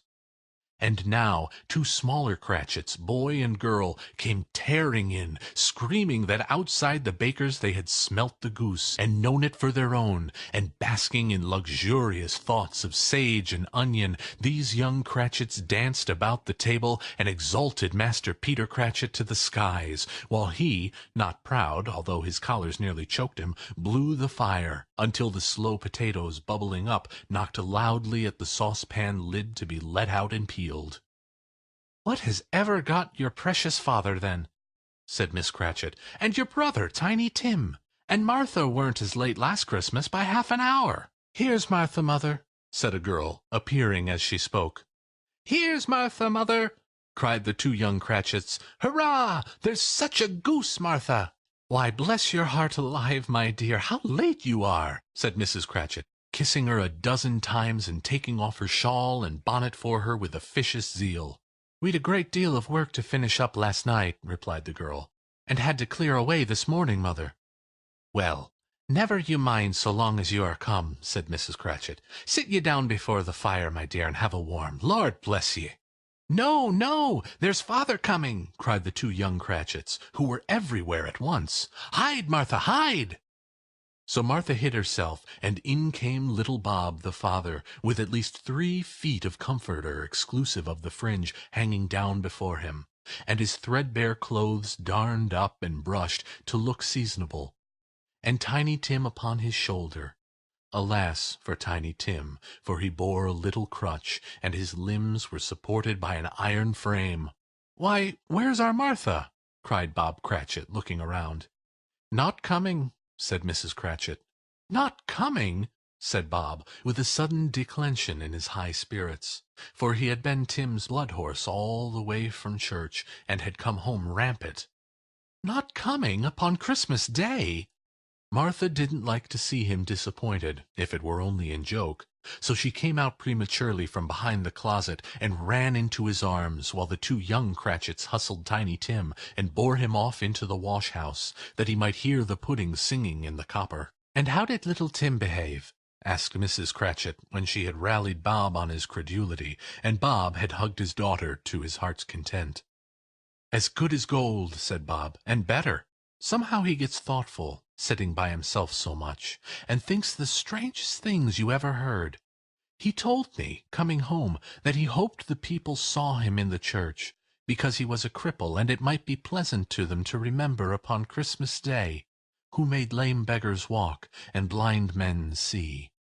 Bob's voice was tremulous when he told them this, and trembled more when he said that Tiny Tim was growing strong and hearty. His active little crutch was heard upon the floor, and back came Tiny Tim before another word was spoken, escorted by his brother and sister to his stool before the fire. And while Bob, turning up his cuffs, as if, poor fellow, they were capable of being made more shabby, compounded some hot mixture in a jug with gin and lemons, and stirred it round, and put it on the hob to simmer, Master Peter and the two ubiquitous young Cratchits went to fetch the goose, with which they soon returned in high procession. Such a bustle ensued that you might have thought a goose the rarest of all birds, a feathered phenomenon to which a black swan was a matter of course, and in truth it was something very like it in that house. Mrs. Cratchit made the gravy, ready beforehand in a little saucepan, hissing hot. Master Peter mashed the potatoes with incredible vigor. Miss Belinda sweetened up the apple-sauce. Martha dusted the hot plates. Bob took Tiny Tim beside him in a tiny corner at the table. The two young Cratchits set chairs for everybody, not forgetting themselves, and mounting guard upon their posts, crammed spoons into their mouths, lest they should shriek for goose before their turn came to be helped. And last the dishes were set on, and grace was said. It was succeeded by a breathless pause, as Mrs. Cratchit, looking slowly all along the carving-knife, prepared to plunge it into the breast, but when she did, and when the long-expected gush of stuffing issued forth, one murmur of delight arose all around the board, and even Tiny Tim, excited by the two young Cratchits, beat on the table with the handle of his knife, and feebly cried, "Hurrah!" There never was such a goose. Bob said he didn't believe there ever was such a goose cooked. Its tenderness and flavor, size and cheapness, there were themes of universal admiration. Eked out by apple sauce and mashed potatoes, it was a sufficient dinner for the whole family indeed, as Mrs. Cratchit said with great delight, surveying one small atom of a bone upon the dish. They hadn't ate it all at last. Yet every one had had enough, and the youngest Cratchits in particular were steeped in sage and onion to the eyebrows. But now, the plates being changed by Miss Belinda, Mrs. Cratchit left the room alone, too nervous to bear witness, to take the pudding up and bring it in. Suppose it should not be done enough? Suppose it should break in turning out? Suppose somebody should have got over the wall of the backyard and stolen it, while they were merry with the goose? A supposition at which the two young Cratchits became livid. All sorts of horrors were supposed. Hullo! A great deal of steam! The pudding was out of the copper, a smell like a washing-day. That was the cloth. A smell like an eating-house, and a pastry-cook's next door to each other, with a laundress's next door to that. That was the pudding. In half a minute Mrs. Cratchit entered, flushed but smiling proudly, with the pudding, like a speckled cannonball so hard and firm, blazing in half a quartern of ignited brandy, and bedight with Christmas holly stuck into the top. "Oh, a wonderful pudding," Bob Cratchit said, and calmly, too, that he regarded it as the greatest success achieved by Mrs. Cratchit since their marriage. Mrs. Cratchit said that now the weight was off her mind, she would confess she had had her doubts about the quantity of flour. Everybody had something to say about it, but nobody said or thought it was at all a small pudding for a large family. It would have been flat heresy to do so. Any Cratchit would have blushed to hint at such a thing. At last the dinner was all done. The cloth was cleared, the hearth swept, and the fire made up.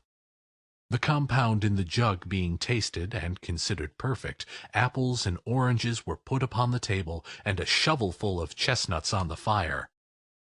Then all the Cratchit family drew round the hearth, in what Bob Cratchit called a circle, meaning a half one, and at Bob Cratchit's elbow stood the family display of glass, 2 tumblers, and a custard cup without a handle. These held the hot stuff from the jug, however, as well as golden goblets would have done, and Bob served it out with beaming looks, while the chestnuts on the fire sputtered and cracked noisily. Then Bob proposed, "A Merry Christmas to us all, my dears. God bless us," which the family re-echoed. "God bless us, every one," said Tiny Tim, the last of all.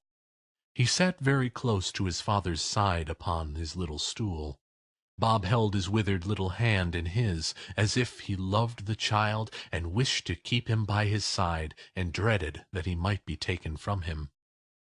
"Spirit," said Scrooge, with an interest he had never felt before, "tell me if Tiny Tim will live." "I see a vacant seat," replied the ghost, "in the poor chimney corner, and a crutch without an owner, carefully preserved. If these shadows remain unaltered by the future, the child will die." "No, no," said Scrooge. "Oh, no, kind spirit, say he will be spared." "If these shadows remain unaltered by the future, none other of my race," returned the ghost, "will find him here." "What then? If he be like to die, he had better do it, and decrease the surplus population." Scrooge hung his head to hear his own words quoted by the spirit, and was overcome with penitence and grief. "Man," said the ghost, "if man you be in heart, not adamant, forbear that wicked cant until you have discovered what the surplus is, and where it is. Will you decide what men shall live, what men shall die? It may be that in the sight of heaven you are more worthless and less fit to live than millions like this poor man's child. Good God, to hear the insect on the leaf pronouncing on too much life among his hungry brothers in the dust." Scrooge bent before the ghost's rebuke, and trembling cast his eyes upon the ground. But he raised them speedily on hearing his own name. "Mr. Scrooge," said Bob, "I'll give ye Mr. Scrooge, the founder of the feast." "The founder of the feast, indeed!" cried Mrs. Cratchit, reddening. "I wish I had him here. I'd give him a piece of my mind to feast upon, and I hope he'd have a good appetite for it." "My dear," said Bob, "the children! Christmas Day!" "It should be Christmas Day, I am sure," she said, "on which one drinks the health of such an odious, stingy, hard, unfeeling man as Mr. Scrooge. You know he is, Robert. Nobody knows it better than you do, poor fellow." "My dear," was Bob's mild answer, "Christmas Day." "I'll drink his health for your sake and for the day's," said Mrs. Cratchit, "not for his. Long life to him, a Merry Christmas and a Happy New Year. He'll be very merry and very happy, I have no doubt." The children drank the toast after her. It was the first of their proceedings which had no heartiness. Tiny Tim drank it last of all, but he didn't care 2 pence for it. Scrooge was the ogre of the family. The mention of his name cast a dark shadow on the party, which was not dispelled for a full 5 minutes. After it had passed, they were 10 times merrier than before, from the mere relief of Scrooge the Baleful being done with.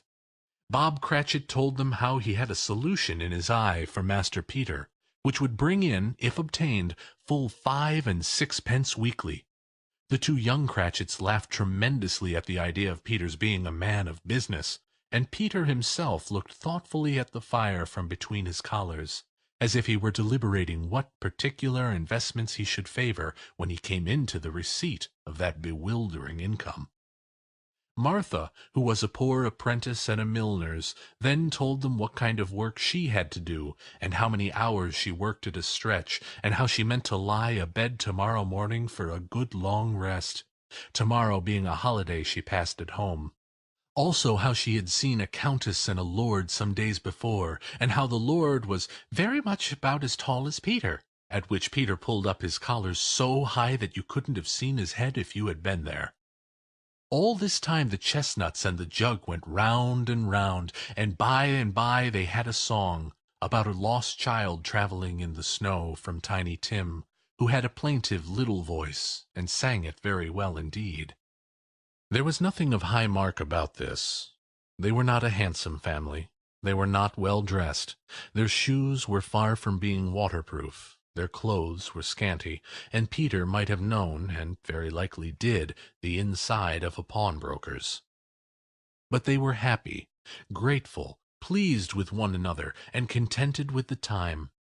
And when they faded, and looked happier yet in the bright sparkling of the spirit's torch at parting, Scrooge had his eye upon them, and especially Tiny Tim, until the last. By this time it was getting dark and snowing pretty heavily, and as Scrooge and the spirit went along the streets, the brightness of the roaring fires in kitchens, parlors, and all sorts of rooms were wonderful.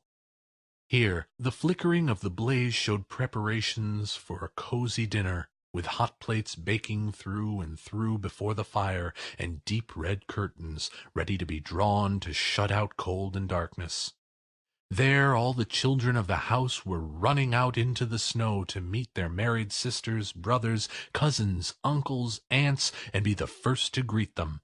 Here again were shadows on the window blind of guests assembling, and there a group of handsome girls, all hooded and fur-booted, and all chattering at once, tripped lightly off to some near neighbor's house, where, woe upon the single man who saw them enter, artful witches, well they knew it, in a glow. But if you had judged from the numbers of people on their way to friendly gatherings, you might have thought that no one was at home to give them welcome when they got there, instead of every house expecting company, and piling up its fires half-chimney high. Blessings on it, how the ghost exulted! How it bared its breadth of breast, and opened its capacious palm, and floated on, outpouring with a generous hand its bright and harmless mirth on everything within reach. The very lamplighter, who ran on before, dotting the dusky street with specks of light, and who was dressed to spend the evening somewhere, laughed out loudly as the spirit passed, though little kenned the lamplighter that he had any company but Christmas. And now, without a word of warning from the ghost, they stood upon a bleak and desert moor, where monstrous masses of rude stone were cast about, as though it were a burial place of giants. And water spread itself wheresoever it listed, or would have done so, but for the frost that held it prisoner, and nothing grew but moss and furze, and coarse rank grass. Down in the west the setting sun had left a streak of fiery red, which glared upon the desolation for an instant like a sullen eye, and frowning lower, lower, lower yet, was lost in the thick gloom of darkest night. "What is this place?" asked Scrooge. "A place where miners live, who labor in the bowels of the earth," returned the spirit. "But they know me. See!" A light shone from the window of a hut, and swiftly they advanced toward it. Passing through the wall of mud and stone, they found a cheerful company assembled round a glowing fire. An old, old man and woman, with their children and their children's children, and another generation beyond that, all decked out gaily in their holiday attire. The old man, in a voice that seldom rose above the howling of the wind upon the barren waste, was singing them a Christmas song. It had been a very old song when he was a boy, and from time to time they all joined in the chorus. So surely as they raised their voices, the old man got quite blithe and loud, and so surely as they stopped, his vigor sank again. The spirit did not tarry here, but bade Scrooge hold his robe, and passing on above the moor, sped whither? Not to sea. To sea. To Scrooge's horror, looking back, he saw the last of the land, a frightful range of rocks behind them. And his ears were deafened by the thundering of water as it rolled and roared, and raged among the dreadful caverns it had worn, and fiercely tried to undermine the earth. Built upon a dismal reef of sunken rocks, some league or so from shore, on which the waters chafed and dashed the wild year through, there stood a solitary lighthouse. Great heaps of seaweed clung to its base, and storm-birds, born of the wind one might suppose, as seaweed of the water, rose and fell about it, like the waves they skimmed. But even here, 2 men who watched the light had made a fire, that through the loophole in the thick stone wall shed out a ray of brightness on the awful sea. Joining their horny hands over the rough table at which they sat, they wished each other Merry Christmas in their can of grog. And one of them, the elder, too, with his face all damaged and scarred with hard weather, as the figurehead of an old ship might be, struck up a sturdy song that was like a gale in itself. Again the ghost sped on, above the black and heaving sea, on and on, until, being far away, as he told Scrooge, from any shore, they lighted on a ship. They stood beside the helmsman at the wheel, the lookout in the bow, the officers who had the watch. Dark, ghostly figures in their several stations, but every man among them hummed a Christmas tune, or had a Christmas thought, or spoke below his breath to his companion of some bygone Christmas day, with homeward hopes belonging to it. And every man on board, waking or sleeping, good or bad, had had a kinder word for another on that day than on any day in the year, and had shared to some extent in its festivities, and had remembered those he cared for at a distance, and had known that they delighted to remember him. It was a great surprise to Scrooge, while listening to the moaning of the wind, and thinking what a solemn thing it was to move on through the lonely darkness over an unknown abyss, whose depths were secrets as profound as death. It was a great surprise to Scrooge, while thus engaged, to hear a hearty laugh. It was a much greater surprise to Scrooge to recognize it as his own nephew's, and to find himself in a bright, dry, gleaming room, with the spirit standing smiling by his side, and looking at that same nephew with approving affability. "Ha, ha!" laughed Scrooge's nephew. "Ha, ha, ha!"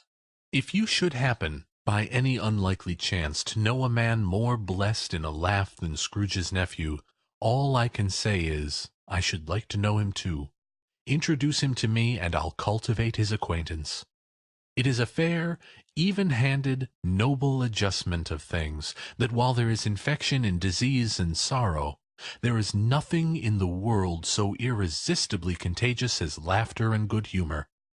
When Scrooge's nephew laughed in this way, holding his sides, rolling his head, and twisting his face into the most extravagant contortions, Scrooge's niece, by marriage, laughed as heartily as he, and their assembled friends, being not a bit behindhand, roared out lustfully, "Ha, ha, ha, ha, ha, ha! He said that Christmas was a humbug, as I live!" cried Scrooge's nephew. "He believed it, too." "More shame for him, Fred," said Scrooge's niece indignantly. "Bless those women, they never do anything by halves. They are always in earnest." She was very pretty, exceedingly pretty, with a dimpled, surprised-looking capital face, a ripe little mouth that seemed made to be kissed, and no doubt it was, all kinds of good little dots about her chin that melted into one another when she laughed, and the sunniest pair of eyes you ever saw in any little creature's head. Altogether, she was what you would have called provoking, you know, but satisfactory, too. Oh, perfectly satisfactory. "He's a comical old fellow," said Scrooge's nephew. "That's the truth, and not so pleasant as he might be. However, his offences carry their own punishment, and I have nothing to say against him." "I'm sure he's very rich, Fred," hinted Scrooge's niece. "At least, you always tell me so." "What of that, my dear?" said Scrooge's nephew. "His wealth is of no use to him. He don't do any good with it. He don't make himself comfortable with it. He hasn't the satisfaction of thinking that he is ever going to benefit us with it." "I have no patience with him," observed Scrooge's niece. Scrooge's niece's sisters, and all the other ladies, expressed the same opinion. "Oh, I have," said Scrooge's nephew. "I am sorry for him.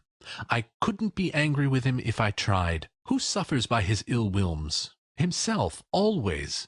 Here he takes it into his head to dislike us, and he won't come and dine with us. What's the consequence?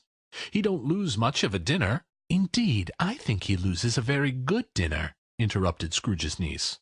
Everybody else said the same, and they must be allowed to have been competent judges, because they had just had dinner, and, with the dessert upon the table, were clustered round the fire by lamplight. "Well, I'm very glad to hear it," said Scrooge's nephew, "because I haven't great faith in these young housekeepers.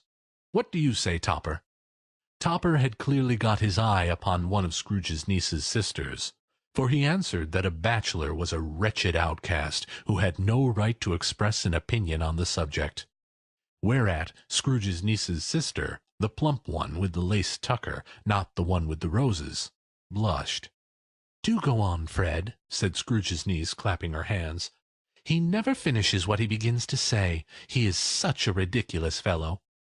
Scrooge's nephew revelled in another laugh, and, as it was impossible to keep the infection off, though the plump sister tried hard to do it with aromatic vigor, his example was unanimously followed. "I was only going to say," said Scrooge's nephew, "that the consequence of his taking a dislike to us, and not making merry with us, is, as I think, that he loses some pleasant moments, which could do him no harm. I am sure he loses pleasanter companions than he can find in his own thoughts, either in his mouldy old office or his dusty chambers. I mean to give him the same chance every year, whether he likes it or not, for I pity him. He may rail at Christmas till he dies, but he can't help thinking better of it. I defy him, if he finds me going there in good temper year after year, and saying, 'Uncle Scrooge, how are you?' If it only puts him in the vein to leave his poor clerk £50, that's something, and I think I shook him yesterday." It was their turn to laugh now at the notion of his shaking Scrooge. But, being thoroughly good-natured and not much caring what they laughed at, so that they laughed at any rate, he encouraged them in their merriment, and passed the bottle joyously. For they were a musical family, and knew what they were about when they sung a glee or catch, I can assure you. Especially Topper, who could growl away in the bass like a good one, and never swell the large veins in his forehead, or get red in the face over it. Scrooge's niece played well upon the harp, and played among other tunes a simple little air, a mere nothing, you might learn to whistle it in 2 minutes, which had been familiar to the child who fetched Scrooge from the boarding-house, as he had been reminded by the ghost of Christmas past. When this strain of music sounded, all the things that ghost had shown him came up in his mind. He softened more and more, and thought that if he could have listened to it often years ago, he might have cultivated the kindness of life for his own happiness with his own hands, without resorting to the sexton's spade that buried Jacob Marley. But they didn't devote the whole evening to music. After a while they played at forfeits, for it is good to be children sometimes, and never better than at Christmas, when its mighty founder was a child himself. Stop. There was first a game at blind man's buff. Of course there was. And I no more believe Topper was really blind than I believe he had eyes in his boots. My opinion is that it was a done thing between him and Scrooge's nephew, and that the ghost of Christmas Present knew it. The way he went after that plump sister in the lace tucker was an outrage on the credulity of human nature. Knocking down the fire irons, tumbling over the chairs, bumping against the piano, smothering himself among the curtains. Wherever she went, there went he. He always knew where the plump sister was. He couldn't catch anybody else. If you had fallen against him, and some did, on purpose, he would have made a feint of endeavoring to seize you, which would have been an affront to your understanding, and would instantly have sidled off in the direction of the plump sister. She often cried out that it wasn't fair, and it really was not. But when at last he caught her, when, in spite of all her silken rustlings and her rapid flutterings past him, he got her into a corner whence there was no escape, then his conduct was the most execrable. For his pretending not to know her, his pretending that it was necessary to touch her head-dress, and further, to assure himself of her identity by pressing a certain ring upon her finger, and a certain chain about her neck, was vile, monstrous. No doubt she told him her opinion of it, when, another blind man being in office, they were so very confidential together behind the curtains. Scrooge's niece was not one of the blind man's bluff party, but was made comfortable with a large chair and a footstool in a snug corner, where the ghost and Scrooge were close behind her. But she joined in the forfeits, and loved her love to admiration with all the letters of the alphabet. Likewise, at the game of how, when, and where, she was very great, and to the secret joy of Scrooge's nephew, beat her sisters hollow, though they were sharp girls too, as Topper could have told you. There might have been 20 people there, young and old, but they all played, and so did Scrooge, for, wholly forgetting in the interest he had in what was going on that his voice made no sound in their ears, he sometimes came out with his guess quite loud, and, very often, guessed quite right too. For the sharpest needle, best Whitechapel warranted not to cut in the eye, was not sharper than Scrooge, blunt as he took it in his head to be. The ghost was greatly pleased to find him in this mood, and looked upon him with such favour that he begged like a boy to be allowed to stay until the guests departed. But this, the spirit said, could not be done. "Here is a new game," said Scrooge. "1/2 hour, spirit, only one." It was a game called Yes and No, where Scrooge's nephew had to think of something, and the rest must find out what. He only answering to their questions yes or no, as the case was. The brisk fire of questioning to which he was exposed elicited from him that he was thinking of an animal, a live animal, a rather disagreeable animal, a savage animal, an animal that growled and grunted sometimes, and talked sometimes, and lived in London, and walked about the streets, and wasn't made a show of, and wasn't led by anybody, and didn't live in a menagerie, and was never killed in a market, and was not a horse, or an ass, or a cow, or a bull, or a tiger, or a dog, or a pig, or a cat, or a bear. At every fresh question that was put to him, this nephew burst into a fresh roar of laughter, and was so inexpressibly tickled that he was obliged to get up off the sofa and stamp. At last, the plump sister, falling into a similar state, cried out, "I have found it! I know what it is, Fred! I know what it is!" "What is it?" cried Fred. "It's your Uncle Scrooge!" Which it certainly was. Admiration was the universal sentiment, though some objected that the reply to "Is it a bear?" ought to have been "Yes," inasmuch as an answer in the negative was sufficient to have diverted their thoughts from Mr. Scrooge, supposing they had ever had any tendency that way. "He has given us plenty of merriment, I am sure," said Fred, "and it would be ungrateful not to drink his health. Here is a glass of mulled wine ready to our hand at the moment, and I say, Uncle Scrooge." "Well, Uncle Scrooge," they cried. "A Merry Christmas and a Happy New Year to the old man, wherever he is," said Scrooge's nephew. He wouldn't take it from me, but may he have it nevertheless. Uncle Scrooge!" Uncle Scrooge had imperceptibly become so gay and light of heart that he would have pledged the unconscious company in return, and thanked them in an inaudible speech, if the ghost had given him the time. But the whole scene passed off in the breath of the last words spoken by his nephew, and he and the spirit were again upon their travels.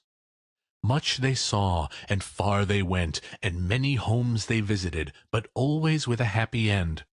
The spirit stood beside sick beds, and they were cheerful; on foreign lands, and they were close at home; by struggling men, and they were patient in their greater hope; by poverty, and it was rich; in an almshouse, hospital, and jail, in misery's every refuge, where vain man in his little brief authority had not made fast the door and barred the spirit out, he left his blessing, and taught Scrooge his precepts.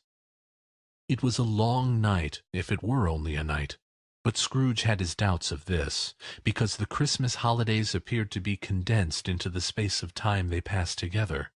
It was strange, too, that while Scrooge remained unaltered in his outward form, the ghost grew older, clearly older. Scrooge had observed the change, but never spoke of it, until they left a children's 12th night party, when, looking at the spirit as they stood in an open place, he noticed that its hair was grey. "Are spirits' lives so short?" asked Scrooge. "My life upon this globe is very brief," replied the ghost. "It ends tonight." "Tonight?" cried Scrooge. "Tonight at midnight. Hark! The time is drawing near." The chimes were ringing the 11:75 at that moment. "Forgive me if I am not justified in what I ask," said Scrooge, looking intently at the spirit's robe, "but I see something strange, and not belonging to yourself, protruding from your skirts. Is it a foot or a claw?" "It might be a claw, for the flesh there is upon it," was the spirit's sorrowful reply. "Look here." From the foldings of its robe it brought 2 children, wretched, abject, frightful, hideous, miserable. They knelt down at its feet, and clung upon the outside of its garment. "Oh, man, look here! Look! Look down here!" exclaimed the ghost. They were a boy and girl, yellow, meagre, ragged, scowling, wolfish, but prostrate, too, in their humility. Where graceful youth should have filled their features out, and touched them with its freshest tints, a stale and shriveled hand, like that of age, had pinched and twisted them, and pulled them into shreds. Where angels might have sat enthroned, devils lurked, and glared out menacingly. No change, no degradation, no perversion of humanity in any grade through all the mysteries of wonderful creation has monsters half so horrible and dread. Scrooge stared back, appalled. Having them shown to him in this way, he tried to say they were fine children, but the words choked themselves, rather than be parties to a lie of such enormous magnitude. "Spirit, are they yours?" Scrooge could say no more. "They are man's," said the spirit, looking down upon them. "And they cling to me, appealing from their fathers. This boy is ignorance, this girl is want. Beware them both, and all their degree, but most of all beware this boy, for on his brow I see that written which is doom, unless the writing be erased." "Deny it!" cried the spirit, stretching out his hand towards the city. "Slander those who tell it ye, admit it for your own fascist purposes, and make it worse, and bide the end." "Have they no refuge or resource?" cried Scrooge. "Are there no prisons?" said the spirit, turning on him for the last time with his own words. "Are there no workhouses?" The bell struck 12. Scrooge looked about him for the ghost, and saw it not. As the last stroke ceased to vibrate, he remembered the prediction of old Jacob Marley, and, lifting up his eyes, beheld a solemn phantom, draped and hooded, coming, like a mist along the ground towards him. Stave 4. The Last of the Spirits. The phantom slowly, gravely, silently approached. When it came near him, Scrooge bent down upon his knee, for in the very air through which this spirit moved it seemed to scatter gloom and mystery. It was shrouded in a deep black garment which concealed its head, its face, its form, and left nothing of it visible save one outstretched hand. But for this it would have been difficult to detach its figure from the night, and separate it from the darkness by which it was surrounded. He felt that it was tall and stately when it came beside him, and that its mysterious presence filled him with a solemn dread. He knew no more, for the spirit neither spoke nor moved. "I am in the presence of the ghost of Christmas yet to come," said Scrooge. The spirit answered not, but pointed onward with its hand. "You are about to show me shadows of the things that have not happened, but will happen in the time before us," Scrooge pursued. "Is that so, spirit?" The upper portion of the garment was contracted for an instant in its folds, as if the spirit had inclined its head. That was the only answer he received. Although well used to ghostly company by this time, Scrooge feared the silent shape so much that his legs trembled beneath him, and he found that he could hardly stand when he prepared to follow it. The spirit paused a moment, as observing his condition, and giving him time to recover. But Scrooge was all the worse for this. It thrilled him with a vague, uncertain horror to know that behind the dusky shroud there were ghostly eyes intently fixed upon him, while he, though he stretched his own to the utmost, could see nothing but a spectral hand, and one great heap of black. "Ghost of the future," he exclaimed, "I fear you more than any spectre I have seen. But as I know your purpose is to do me good, and as I hope to live to be another man from what I was, I am prepared to bear your company, and do it with a thankful heart. Will you not speak to me?" It gave him no reply. The hand was pointed straight before them. "Lead on," said Scrooge, "lead on. The night is waning fast, and it is precious time to me, I know.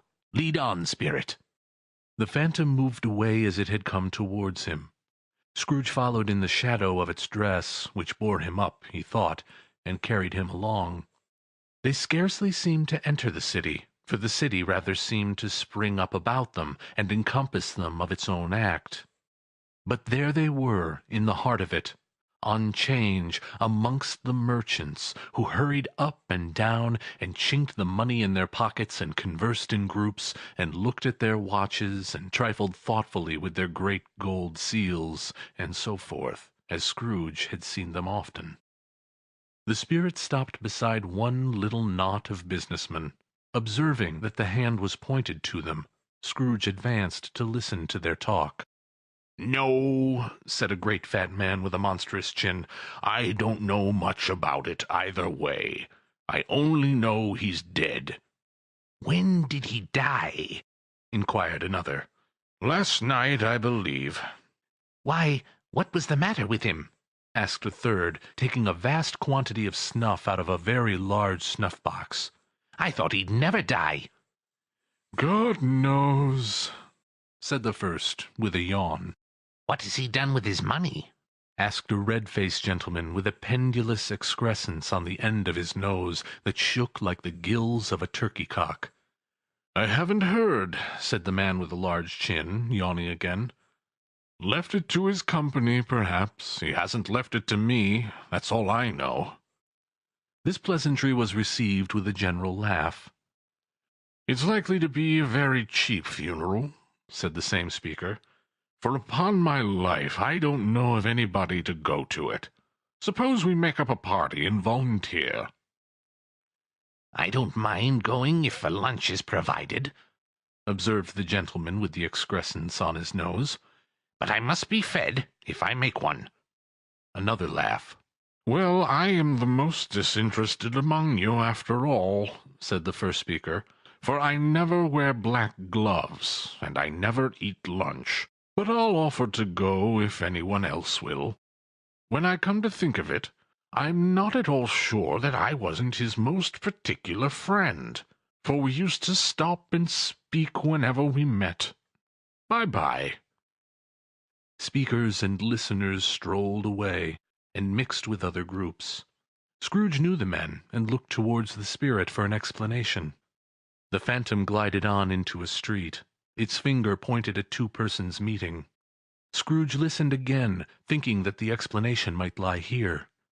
He knew these men also, perfectly. They were men of business, very wealthy, and of great importance. He had made a point always of standing well in their esteem, in a business point of view, that is, strictly in a business point of view. "How are you?" said one. "How are you?" returned the other. "Well," said the first. "Old Scratch got his own at last, eh?" "So I am told," returned the second. "Cold, isn't it? Seasonable for Christmas time? You're not a skater, I suppose?" "No, no. Something else to think of. Good morning." Not another word. That was their meeting, their conversation, and their parting. Scrooge was at first inclined to be surprised that the spirit should attach importance to conversations apparently so trivial. But feeling assured that they must have some hidden purpose, he set himself to consider what it was likely to be. They could scarcely be supposed to have any bearing on the death of Jacob, his old partner, for that was past, and this ghost province was the future. Nor could he think of any one immediately connected with himself, to whom he could apply them. But nothing doubting that, to whomever they applied, they had some latent moral for his own improvement. He resolved to treasure up every word he heard, and everything he saw, and especially to observe the shadow of himself when it appeared. For he had an expectation that the conduct of his future self would give him the clue he missed, and would render the solution of these riddles easy. He looked about in that very place for his own image. But another man stood in his accustomed corner, and though the clock pointed to his usual time of day for being there, he saw no likeness of himself among the multitudes that poured in through the porch. It gave him little surprise, however, for he had been revolving in his mind a change of life, and thought and hoped he saw his newborn resolutions carried out in this. Quiet and dark, beside him stood the phantom, with its outstretched hand. When he roused himself from his thoughtful quest, he fancied from the turn of the hand and its situation in reference to himself that the unseen eyes were looking at him keenly. It made him shudder, and feel very cold. They left the busy scene, and went into an obscure part of town, where Scrooge had never penetrated before, although he recognized its situation and its bad repute. The ways were foul and narrow, the shops and houses wretched, the people half-naked, drunken, slipshod, ugly.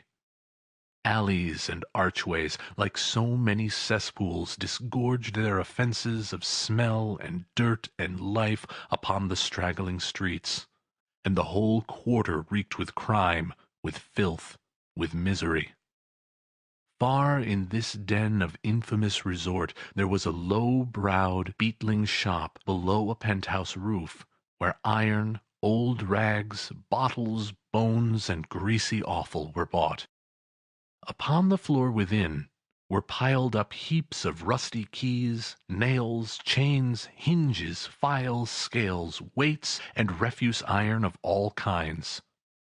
Secrets that few would like to scrutinize were bred and hidden in mountains of unseemly rags, masses of corrupted fat, and sepulchres of bones.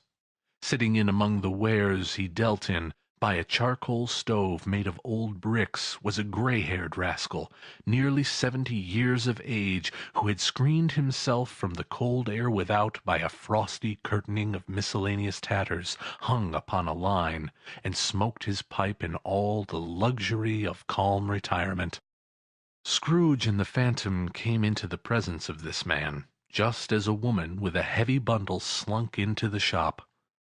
But she had scarcely entered when another woman, similarly laden, came in too, and she was closely followed by a man in faded black, who was no less startled by the sight of them than they had been upon the recognition of each other. After a short period of blank astonishment, in which the old man with the pipe had joined them, they all three burst into a laugh.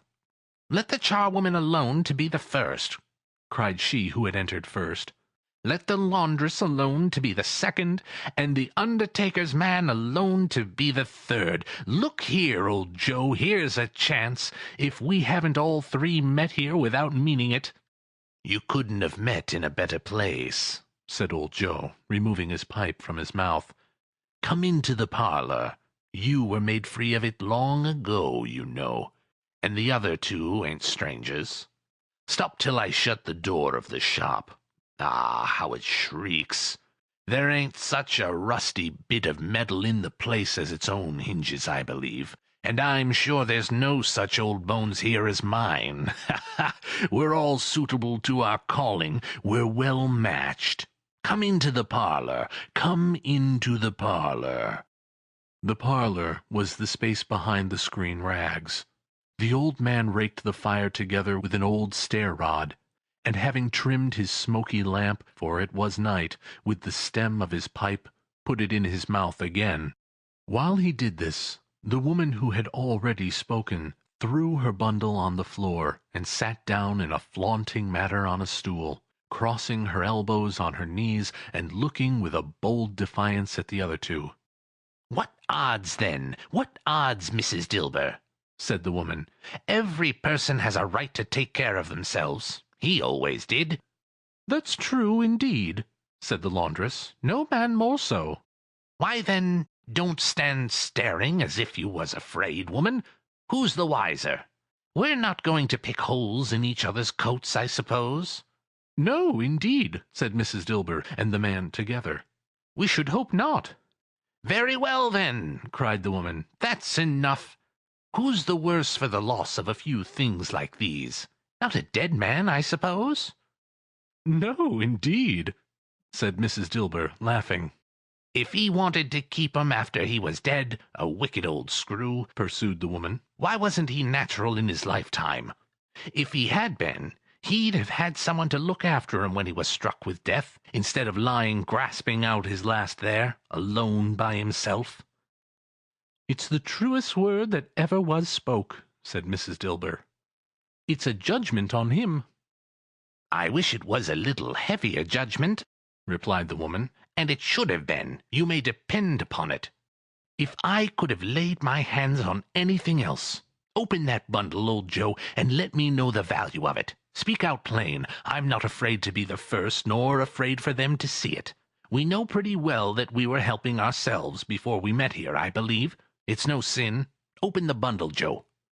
But the gallantry of her friends would not allow of this, and the man in faded black, mounting the breach first, produced his plunder. It was not extensive. A seal or two, a pencil case, a pair of sleeve buttons, and a brooch of no great value were all.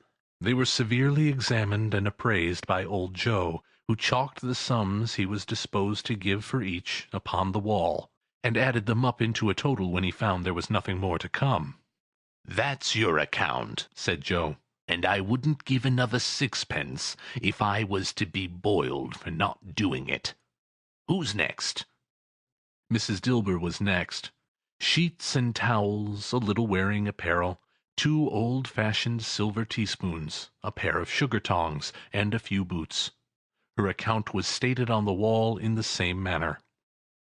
"I always give too much to ladies. It's a weakness of mine, and that's the way I ruin myself," said old Joe. "That's your account. If you asked me for another penny and made it an open question, I'd repent for being so liberal and knock off half a crown." "And now undo my bundle, Joe," said the first woman. Joe went down on his knees for the greater convenience of opening it, and having unfastened a great many knots, dragged out a large and heavy roll of some dark stuff. "What do you call this?" said Joe. "Bed curtains?" "Ah!" returned the woman, laughing and leaning forward on her crossed arms. "Bed curtains! You don't mean to say you took 'em down, rings and all, with him lying there?" said Joe. "Yes, I do," replied the woman. "Why not?" "You were born to make your fortune," said Joe, "and you'll certainly do it." "I certainly shan't hold my hand when I can get anything in it by reaching it out, for the sake of such a man as he was, I promise you, Joe," returned the woman coolly. "Don't drop that oil upon the blankets now." "His blankets?" asked Joe. "Who else's, do you think?" replied the woman. "He isn't likely to take cold without 'em, I dare say."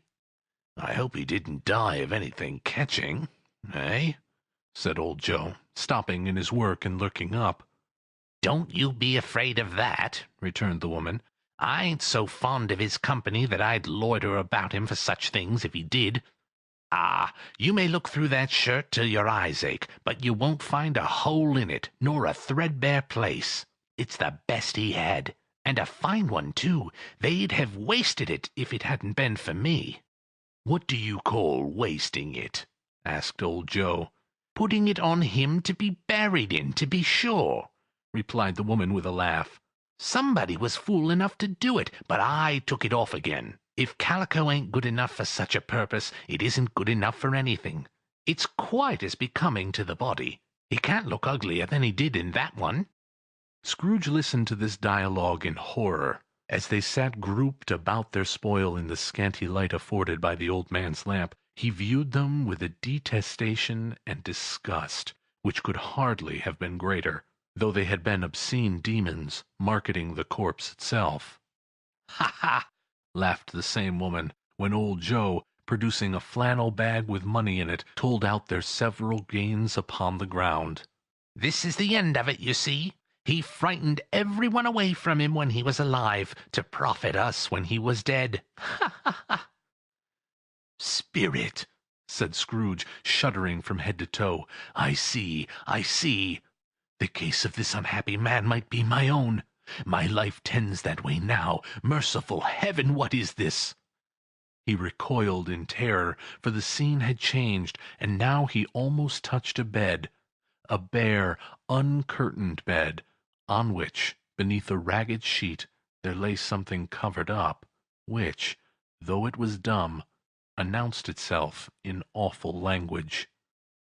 The room was very dark, too dark to be observed with any accuracy, though Scrooge glanced round it in obedience to a secret impulse, anxious to know what kind of room it was. A pale light, rising in the outer air, fell straight upon the bed, and on it, plundered and bereft, unwatched, unwept, uncared for, was the body of this man. Scrooge glanced towards the phantom. Its steady hand was pointed to the head. The cover was so carelessly adjusted that the slightest raising of it, the motion of a finger upon Scrooge's part, would have disclosed the face. He thought of it, felt how easy it would be to do, and longed to do it, but had no more power to withdraw the veil than to dismiss the spectre at his side. "O cold, cold, rigid, dreadful death! Set up thine altar here, and dress it with such terrors as thou hast at thy command, for this is thy dominion. But of the loved, revered, and honored head thou canst not turn one hair to thy dread purposes, or make one feature odious. It is not that the hand is heavy and will fall down when released. It is not that the heart and pulse are still, but that the hand was open, generous, and true, the heart brave, warm, and tender, and the pulse a man's. Strike, shadow, strike, and see his good deeds springing from the wound to sow the world with life immortal." No voice pronounced these words in Scrooge's ears, and yet he heard them when he looked upon the bed. He thought, if this man could be raised up now, what would be his foremost thoughts? Avarice, hard-dealing, griping cares? They have brought him to a rich end, truly. He lay in the dark, empty house, with not a man, a woman, or a child to say that he was kind to me in this or that, and for the memory of one kind word I will be kind to him. A cat was tearing at the door, and there was a sound of gnawing rats beneath the hearthstone. What they wanted in the room of death, and why they were so restless and disturbed, Scrooge did not dare think. "Spirit," he said, "this is a fearful place. In leaving it, I shall not leave its lesson, trust me. Let us go." Still the ghost pointed with an unmoved finger to the head. "I understand you, Spirit," Scrooge returned, "and I would do it if I could, but I have not the power, Spirit. I have not the power." Again it seemed to look upon him. "If there is any person in this town who feels emotion caused by this man's death," said Scrooge, quite agonized, "show that person to me, Spirit, I beseech you."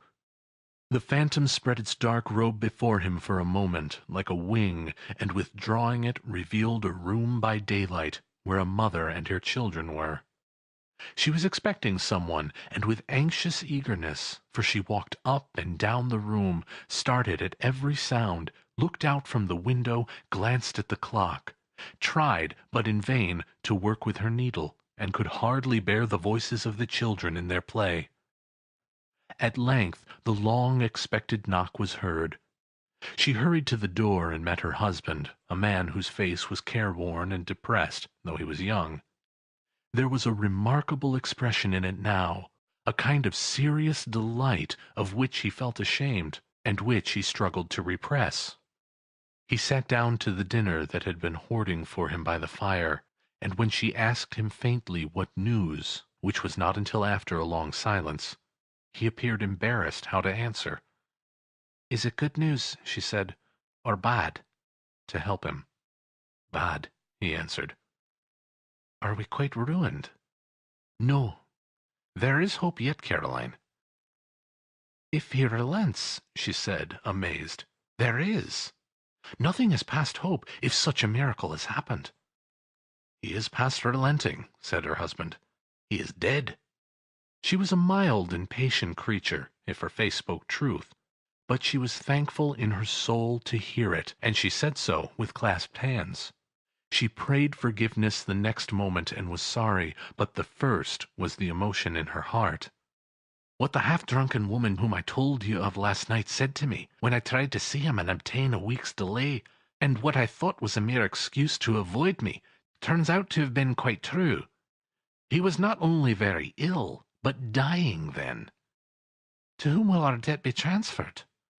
"I don't know, but before that time we shall be ready with the money, and even though we were not, it would be a bad fortune indeed to find so merciless a creditor in his successor. We may sleep tonight with light hearts, Caroline." Yes. Soften it as they would, their hearts were lighter.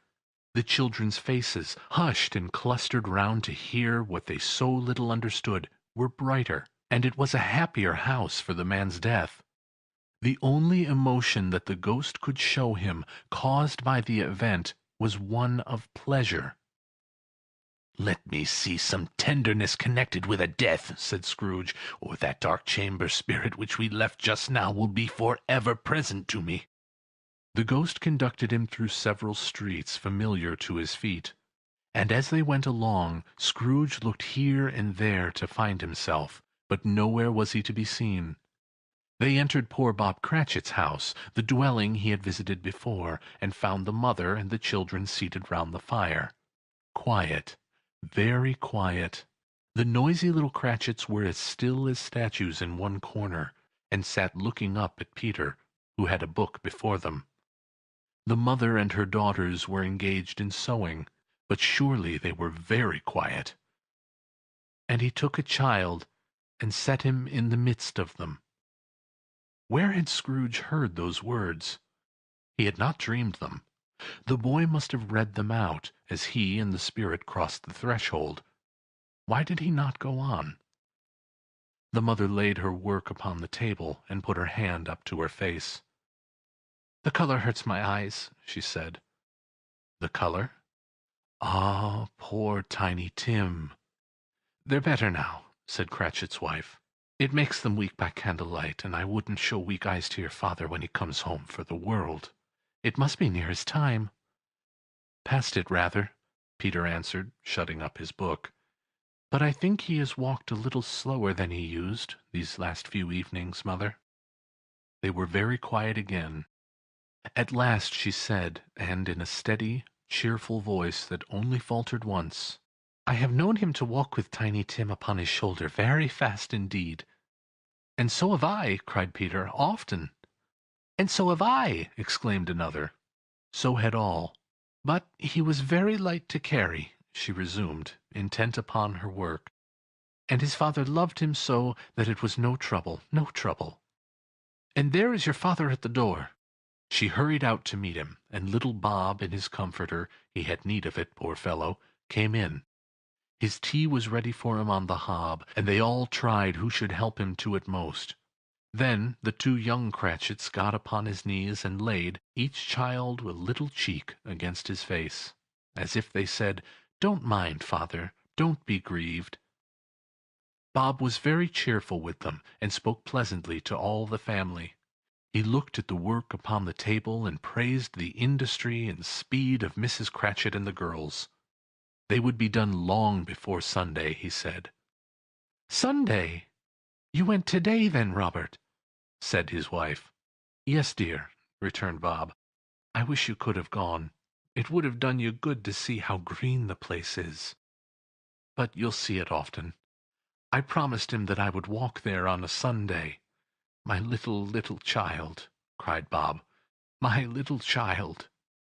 He broke down all at once. He couldn't help it. If he could have helped it, he and his child would have been farther apart perhaps than they were. He left the room and went upstairs into the room above, which was lighted cheerfully, and hung with Christmas. There was a chair set close beside the child, and there were signs of someone having been there lately. Poor Bob sat down in it, and when he had thought a little and composed himself, he kissed the little face. He was reconciled to what had happened, and went down again, quite happy. They drew about the fire and talked, the girls and mother working still. Bob told them of the extraordinary kindness of Mr. Scrooge's nephew, whom he had scarcely seen but once, and who, meeting him in the street that day, had seen that he looked a little, "just a little down, you know," said Bob. Inquired what had happened to distress him. "On which," said Bob, "for he is the pleasantest spoken gentleman you ever heard, I told him—" "I am heartily sorry for it, Mr. Cratchit," he said, "and heartily sorry for your good wife. By the by, how he ever knew that, I don't know." "Knew what, my dear?" "Why, that you were a good wife," replied Bob. "Everybody knows that," said Peter. "Very well observed, my boy," cried Bob. "I hope they do. Heartily sorry," he said, "for your good wife. If I can be of any service to you in any way," he said, giving me his card, "that's where I live. Pray come to me."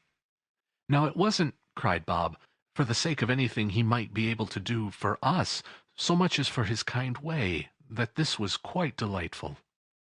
It really seemed as if he had known our Tiny Tim, and felt with us.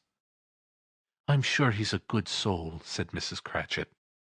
"You'd be surer of it, my dear," returned Bob, "if you saw and spoke to him. I shouldn't be at all surprised, mark what I say, if he got Peter a better situation." "Only hear that, Peter!" said Mrs. Cratchit. "And then," cried one of the girls, "Peter will be keeping company with someone, and setting up for himself." "Get along with you," retorted Peter, grinning. "It's just as likely as not," said Bob, "one of these days. Though there's plenty of time for that, my dear.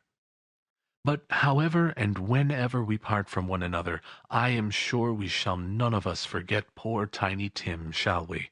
Or this first parting that there was among us." "Never, father!" cried they all. "And I know," said Bob, "I know, my dears, that when we recollect how patient and how mild he was, although he was a little, little child, we shall not quarrel easily among ourselves, and forget poor Tiny Tim in doing it." "No, never, father!" they all cried again. "I am very happy," said little Bob. "I am very happy." Mrs. Cratchit kissed him, his daughters kissed him, the two young Cratchits kissed him, and Peter and himself shook hands. "Spirit of Tiny Tim, thy childish essence was from God." "Spectre," said Scrooge. "Something informs me that our parting moment is at hand. I know it, but I know not how. Tell me what man that was whom we saw lying dead." The ghost of Christmas yet to come conveyed him, as before, though at a different time, he thought. Indeed, there seemed no order in these later visions, save that they were in the future, into the resorts of businessmen, but showed him not himself.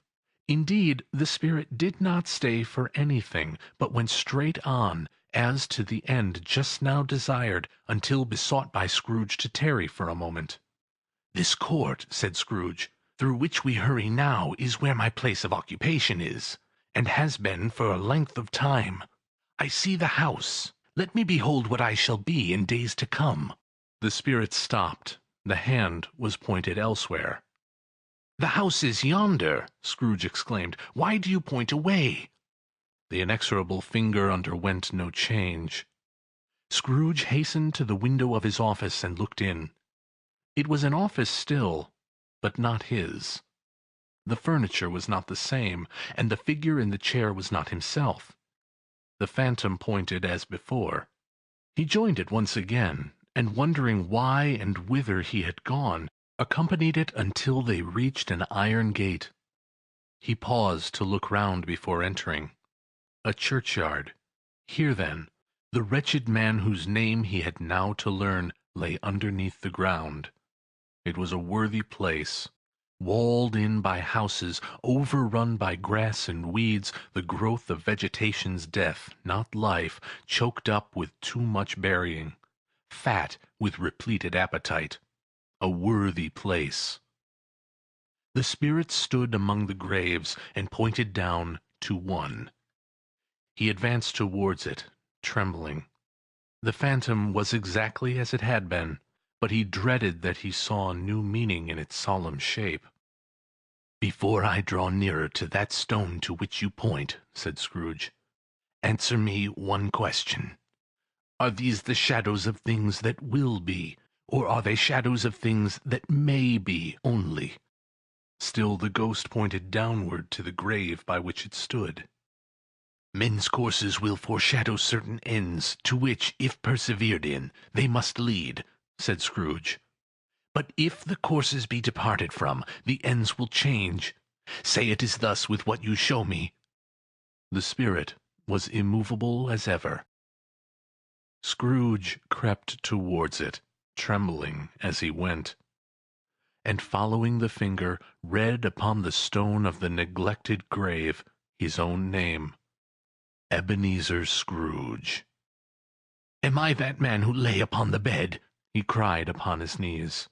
The finger pointed from the grave to him, and back again. "No, spirit! Oh, no, no!" The finger still was there. "Spirit!" he cried, tight clutching at his robe, "hear me! I am not the man I was. I will not be the man I must have been but for this intercourse. Why show me this if I am past all hope?" For the first time the hand appeared to shake. "Good spirit," he pursued, as down upon the ground he fell before it, "your nature intercedes for me and pities me. Assure me that yet I may change these shadows you have shown me, by an altered life." The kind hand trembled. "I will honor Christmas in my heart, and try to keep it all the year. I will live in the past, the present, and the future. The spirits of all three shall strive within me. I will not shut out the lessons that they teach. Oh, tell me I may sponge away the writing on this stone." In his agony he caught the spectral hand. It sought to free itself, but he was strong in his entreaty, and detained it. The spirit, stronger yet, repulsed him. Holding up his hands in a last prayer to have his fate reversed, he saw an alteration in the phantom's hood and dress. It shrunk, collapsed, and dwindled down into a bedpost. Stave 5. The end of it. Yes, and the bedpost was his own, and the bed was his own. The room was his own. Best and happiest of all, the time before him was his own, to make amends in.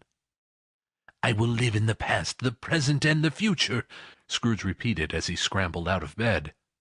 The spirits of all three shall strive within me. Oh, Jacob Marley, heaven and the Christmas time be praised for this. I say it on my knees, old Jacob, on my knees." He was so fluttered and so glowing with his good intentions that his broken voice would scarcely answer to his call. He had been sobbing violently in his conflict with the spirit, and his face was wet with tears. "They are not torn down," cried Scrooge, folding one of his bed curtains in his arms. "They are not torn down, rings and all. They are here. I am here. The shadow of the things that would have been may be dispelled. They will be. I know they will be." His hands were busy with his garments all the time, turning them inside out, putting them on upside down, tearing them, mislaying them, making them parties to every kind of extravagance. "I don't know what to do," cried Scrooge, laughing and crying in the same breath, and making a perfect loon of himself with his stockings. "I am light as a feather. I am happy as an angel. I am merry as a schoolboy. I am giddy as a drunken man. A Merry Christmas to everybody. A Happy New Year to the world. Hello there! Whoop! Hello!" He had frisked into the sitting-room and was now standing there, perfectly winded. "There's the saucepan that the gruel was in," cried Scrooge, starting off again and going round the fireplace. "There's the door by which the ghost of Jacob Marley entered. There's the corner where the ghost of Christmas Present sat. There's the window where I saw the wandering spirits. It's all right. It's all true. It all happened. Ha, ha, ha!" Really, for a man who had been out of practice for so many years, it was a splendid laugh, a most illustrious laugh, the father of a long, long line of brilliant laughs. "I don't know what day of the month it is," Scrooge says. "I don't know how long I've been among the spirits. I don't know anything. I'm quite a baby. Never mind, I don't care. I'd rather be a baby. Hello! Whoop! Hello there!" He was checked in his transports by the churches ringing out the lustiest peals he had ever heard. Clash, clang, hammer. Ding, dong, bell. Bell, dong, ding. Hammer, clang, clash. Oh, glorious, glorious! Running to the window, he opened it and put his head out. No fog. No mist. Clear, bright, jovial, stirring cold. Cold, piping for the blood to dance to. Golden sunlight, heavenly sky, sweet fresh air, merry bells. Oh, glorious, glorious! "What's today?" cried Scrooge, calling downward to a boy in Sunday clothes, who perhaps had loitered in to look about him. "Eh?" returned the boy, with all his might of wonder. "What's today, my fine fellow?" said Scrooge. "Today?" replied the boy. "Why, it's Christmas Day." "It's Christmas Day," said Scrooge to himself. "I haven't missed it. The spirits have done it all in one night. They can do anything they like. Of course they can. Of course they can. Hello, my fine fellow." "Hello," returned the boy.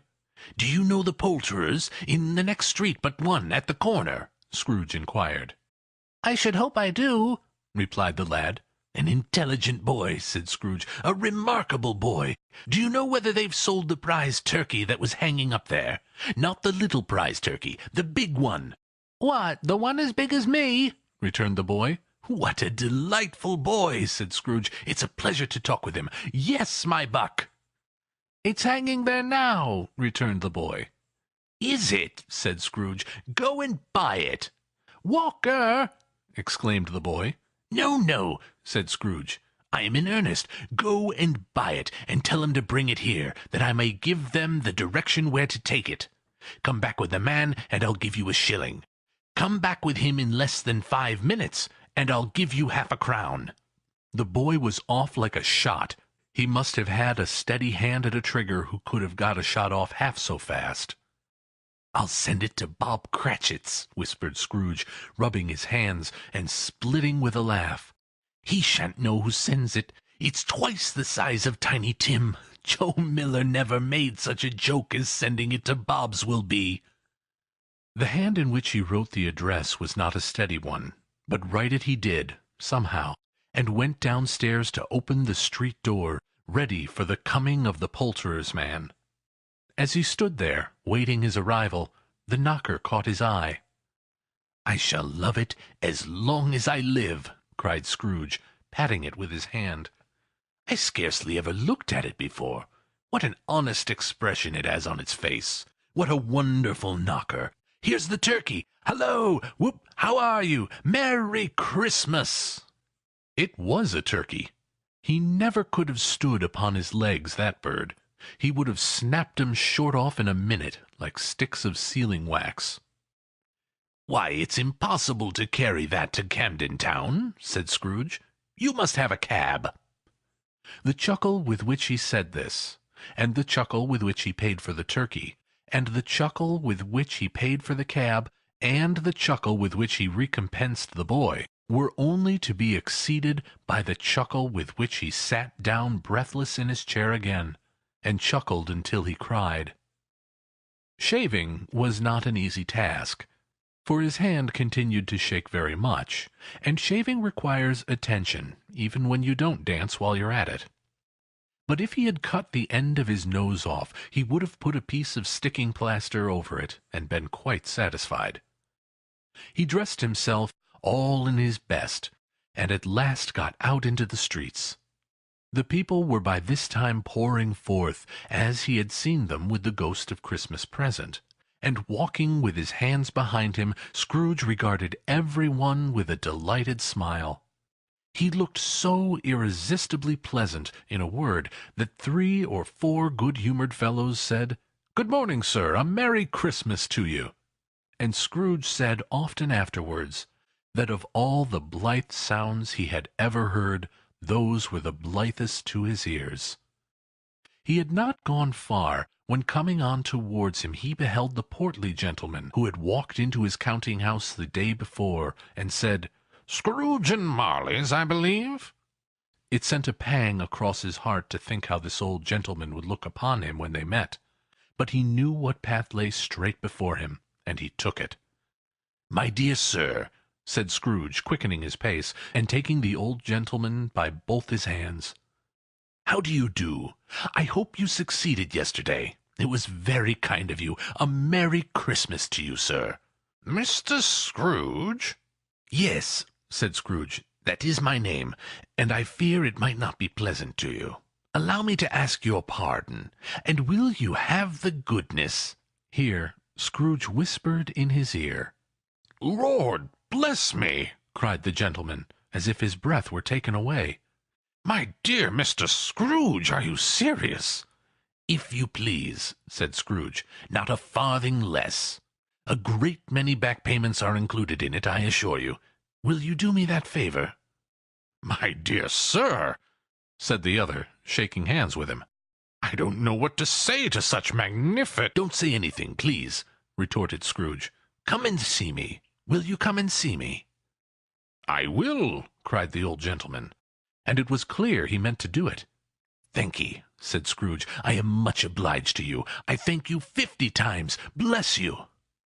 He went to church, and walked about the streets, and watched the people hurrying to and fro, and patted children on the head, and questioned beggars, and looked down into the kitchens of houses, and up to the windows, and found that everything could yield him pleasure. He had never dreamed that any walk, that anything, could give him so much happiness. In the afternoon he turned his steps towards his nephew's house. He passed the door a dozen times before he had the courage to go up and knock. But he made a dash, and did it. "Is your master at home, my dear?" said Scrooge to the girl. "Nice girl, very."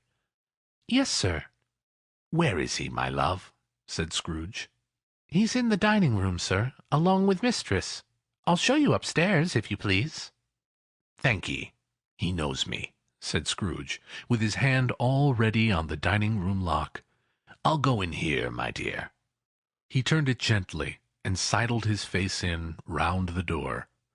They were looking at the table, which was spread out in great array, for these young housekeepers are always nervous on such points, and like to see that everything is right. "Fred!" said Scrooge. Dear heart alive, how his niece by marriage started! Scrooge had forgotten, for the moment, about her sitting in the corner with the footstool, or he wouldn't have done it on any account. "Why, bless my soul!" cried Fred. "Who's that?" "It's I, your Uncle Scrooge. I have come to dinner. Will you let me in, Fred?" Let him in? It is a mercy he didn't shake his arm off. He was at home in 5 minutes. Nothing could be heartier. His niece looked just the same. So did Topper when he came. So did the plump sister when she came. So did every one when they came. Wonderful party, wonderful games, wonderful unanimity, wonderful happiness. But he was early at the office the next morning. Oh, he was early there. If he could only be there first and catch Bob Cratchit coming late. That was the thing he had set his heart upon. And he did it. Yes, he did. The clock struck 9. No Bob. 1/4 No Bob. He was full 18 minutes and a half behind his time. Scrooge sat with his door wide open, that he might see him come into the tank. His hat was off before he opened the door, his comforter too. He was on his stool in a jiffy, driving away with his pen as if he were trying to overtake 9 o'clock. "Hello!" growled Scrooge in his accustomed voice, as near as he could feign it. "What do you mean by coming in here at this time of day?" "I am very sorry, sir," said Bob. "I'm behind my time." "You are?" repeated Scrooge. "Yes, I think you are. Step this way, sir, if you please." "It's only once a year, sir," pleaded Bob, appearing from the tank. "It shall not be repeated. I was making rather merry yesterday, sir." "Now, I'll tell you what, my friend," said Scrooge. "I'm not going to stand this sort of thing any longer. And therefore," he continued, leaping from his stool and giving Bob such a dig in the waistcoat that he staggered back into the tank again, "and therefore I'm about to raise your salary." Bob trembled and got a little nearer to the ruler. He had a momentary idea of knocking Scrooge down with it, holding him and calling to the people in the court for help and a straight waistcoat. "A Merry Christmas, Bob," said Scrooge, with an earnestness that could not be mistaken as he clapped him on the back. "A merrier Christmas, Bob, my good fellow, than I have given you for many a year. I'll raise your salary and endeavor to assist your struggling family, and we will discuss your affairs this very afternoon over a Christmas bowl of smoking bishop, Bob. Make up the fires and buy another coal scuttle before you dot another I, Bob Cratchit." Scrooge was better than his word. He did it all, and infinitely more. And to Tiny Tim, who did not die, he was a second father. He became as good a friend, as good a master, and as good a man, as the good old city knew, or any other good old city, town, or borough in the good old world. Some people laughed to see the altercation in him, but he let them laugh, and little heeded them, for he was wise enough to know that nothing ever happened on this globe for good at which some people did not have their fill of laughter in the outset. And knowing that such as these would be blind anyway, he thought it quite as well that they should wrinkle up their eyes in grins, as have the malady in less attractive forms. His own heart laughed, and that was quite enough for him. He had no further intercourse with spirits, but lived upon the total abstinence principle ever afterwards. And it was always said of him that he knew how to keep Christmas well, if any man alive possessed the knowledge. May that truly be said of us, and all of us. And so, as Tiny Tim observed, God bless us, every one.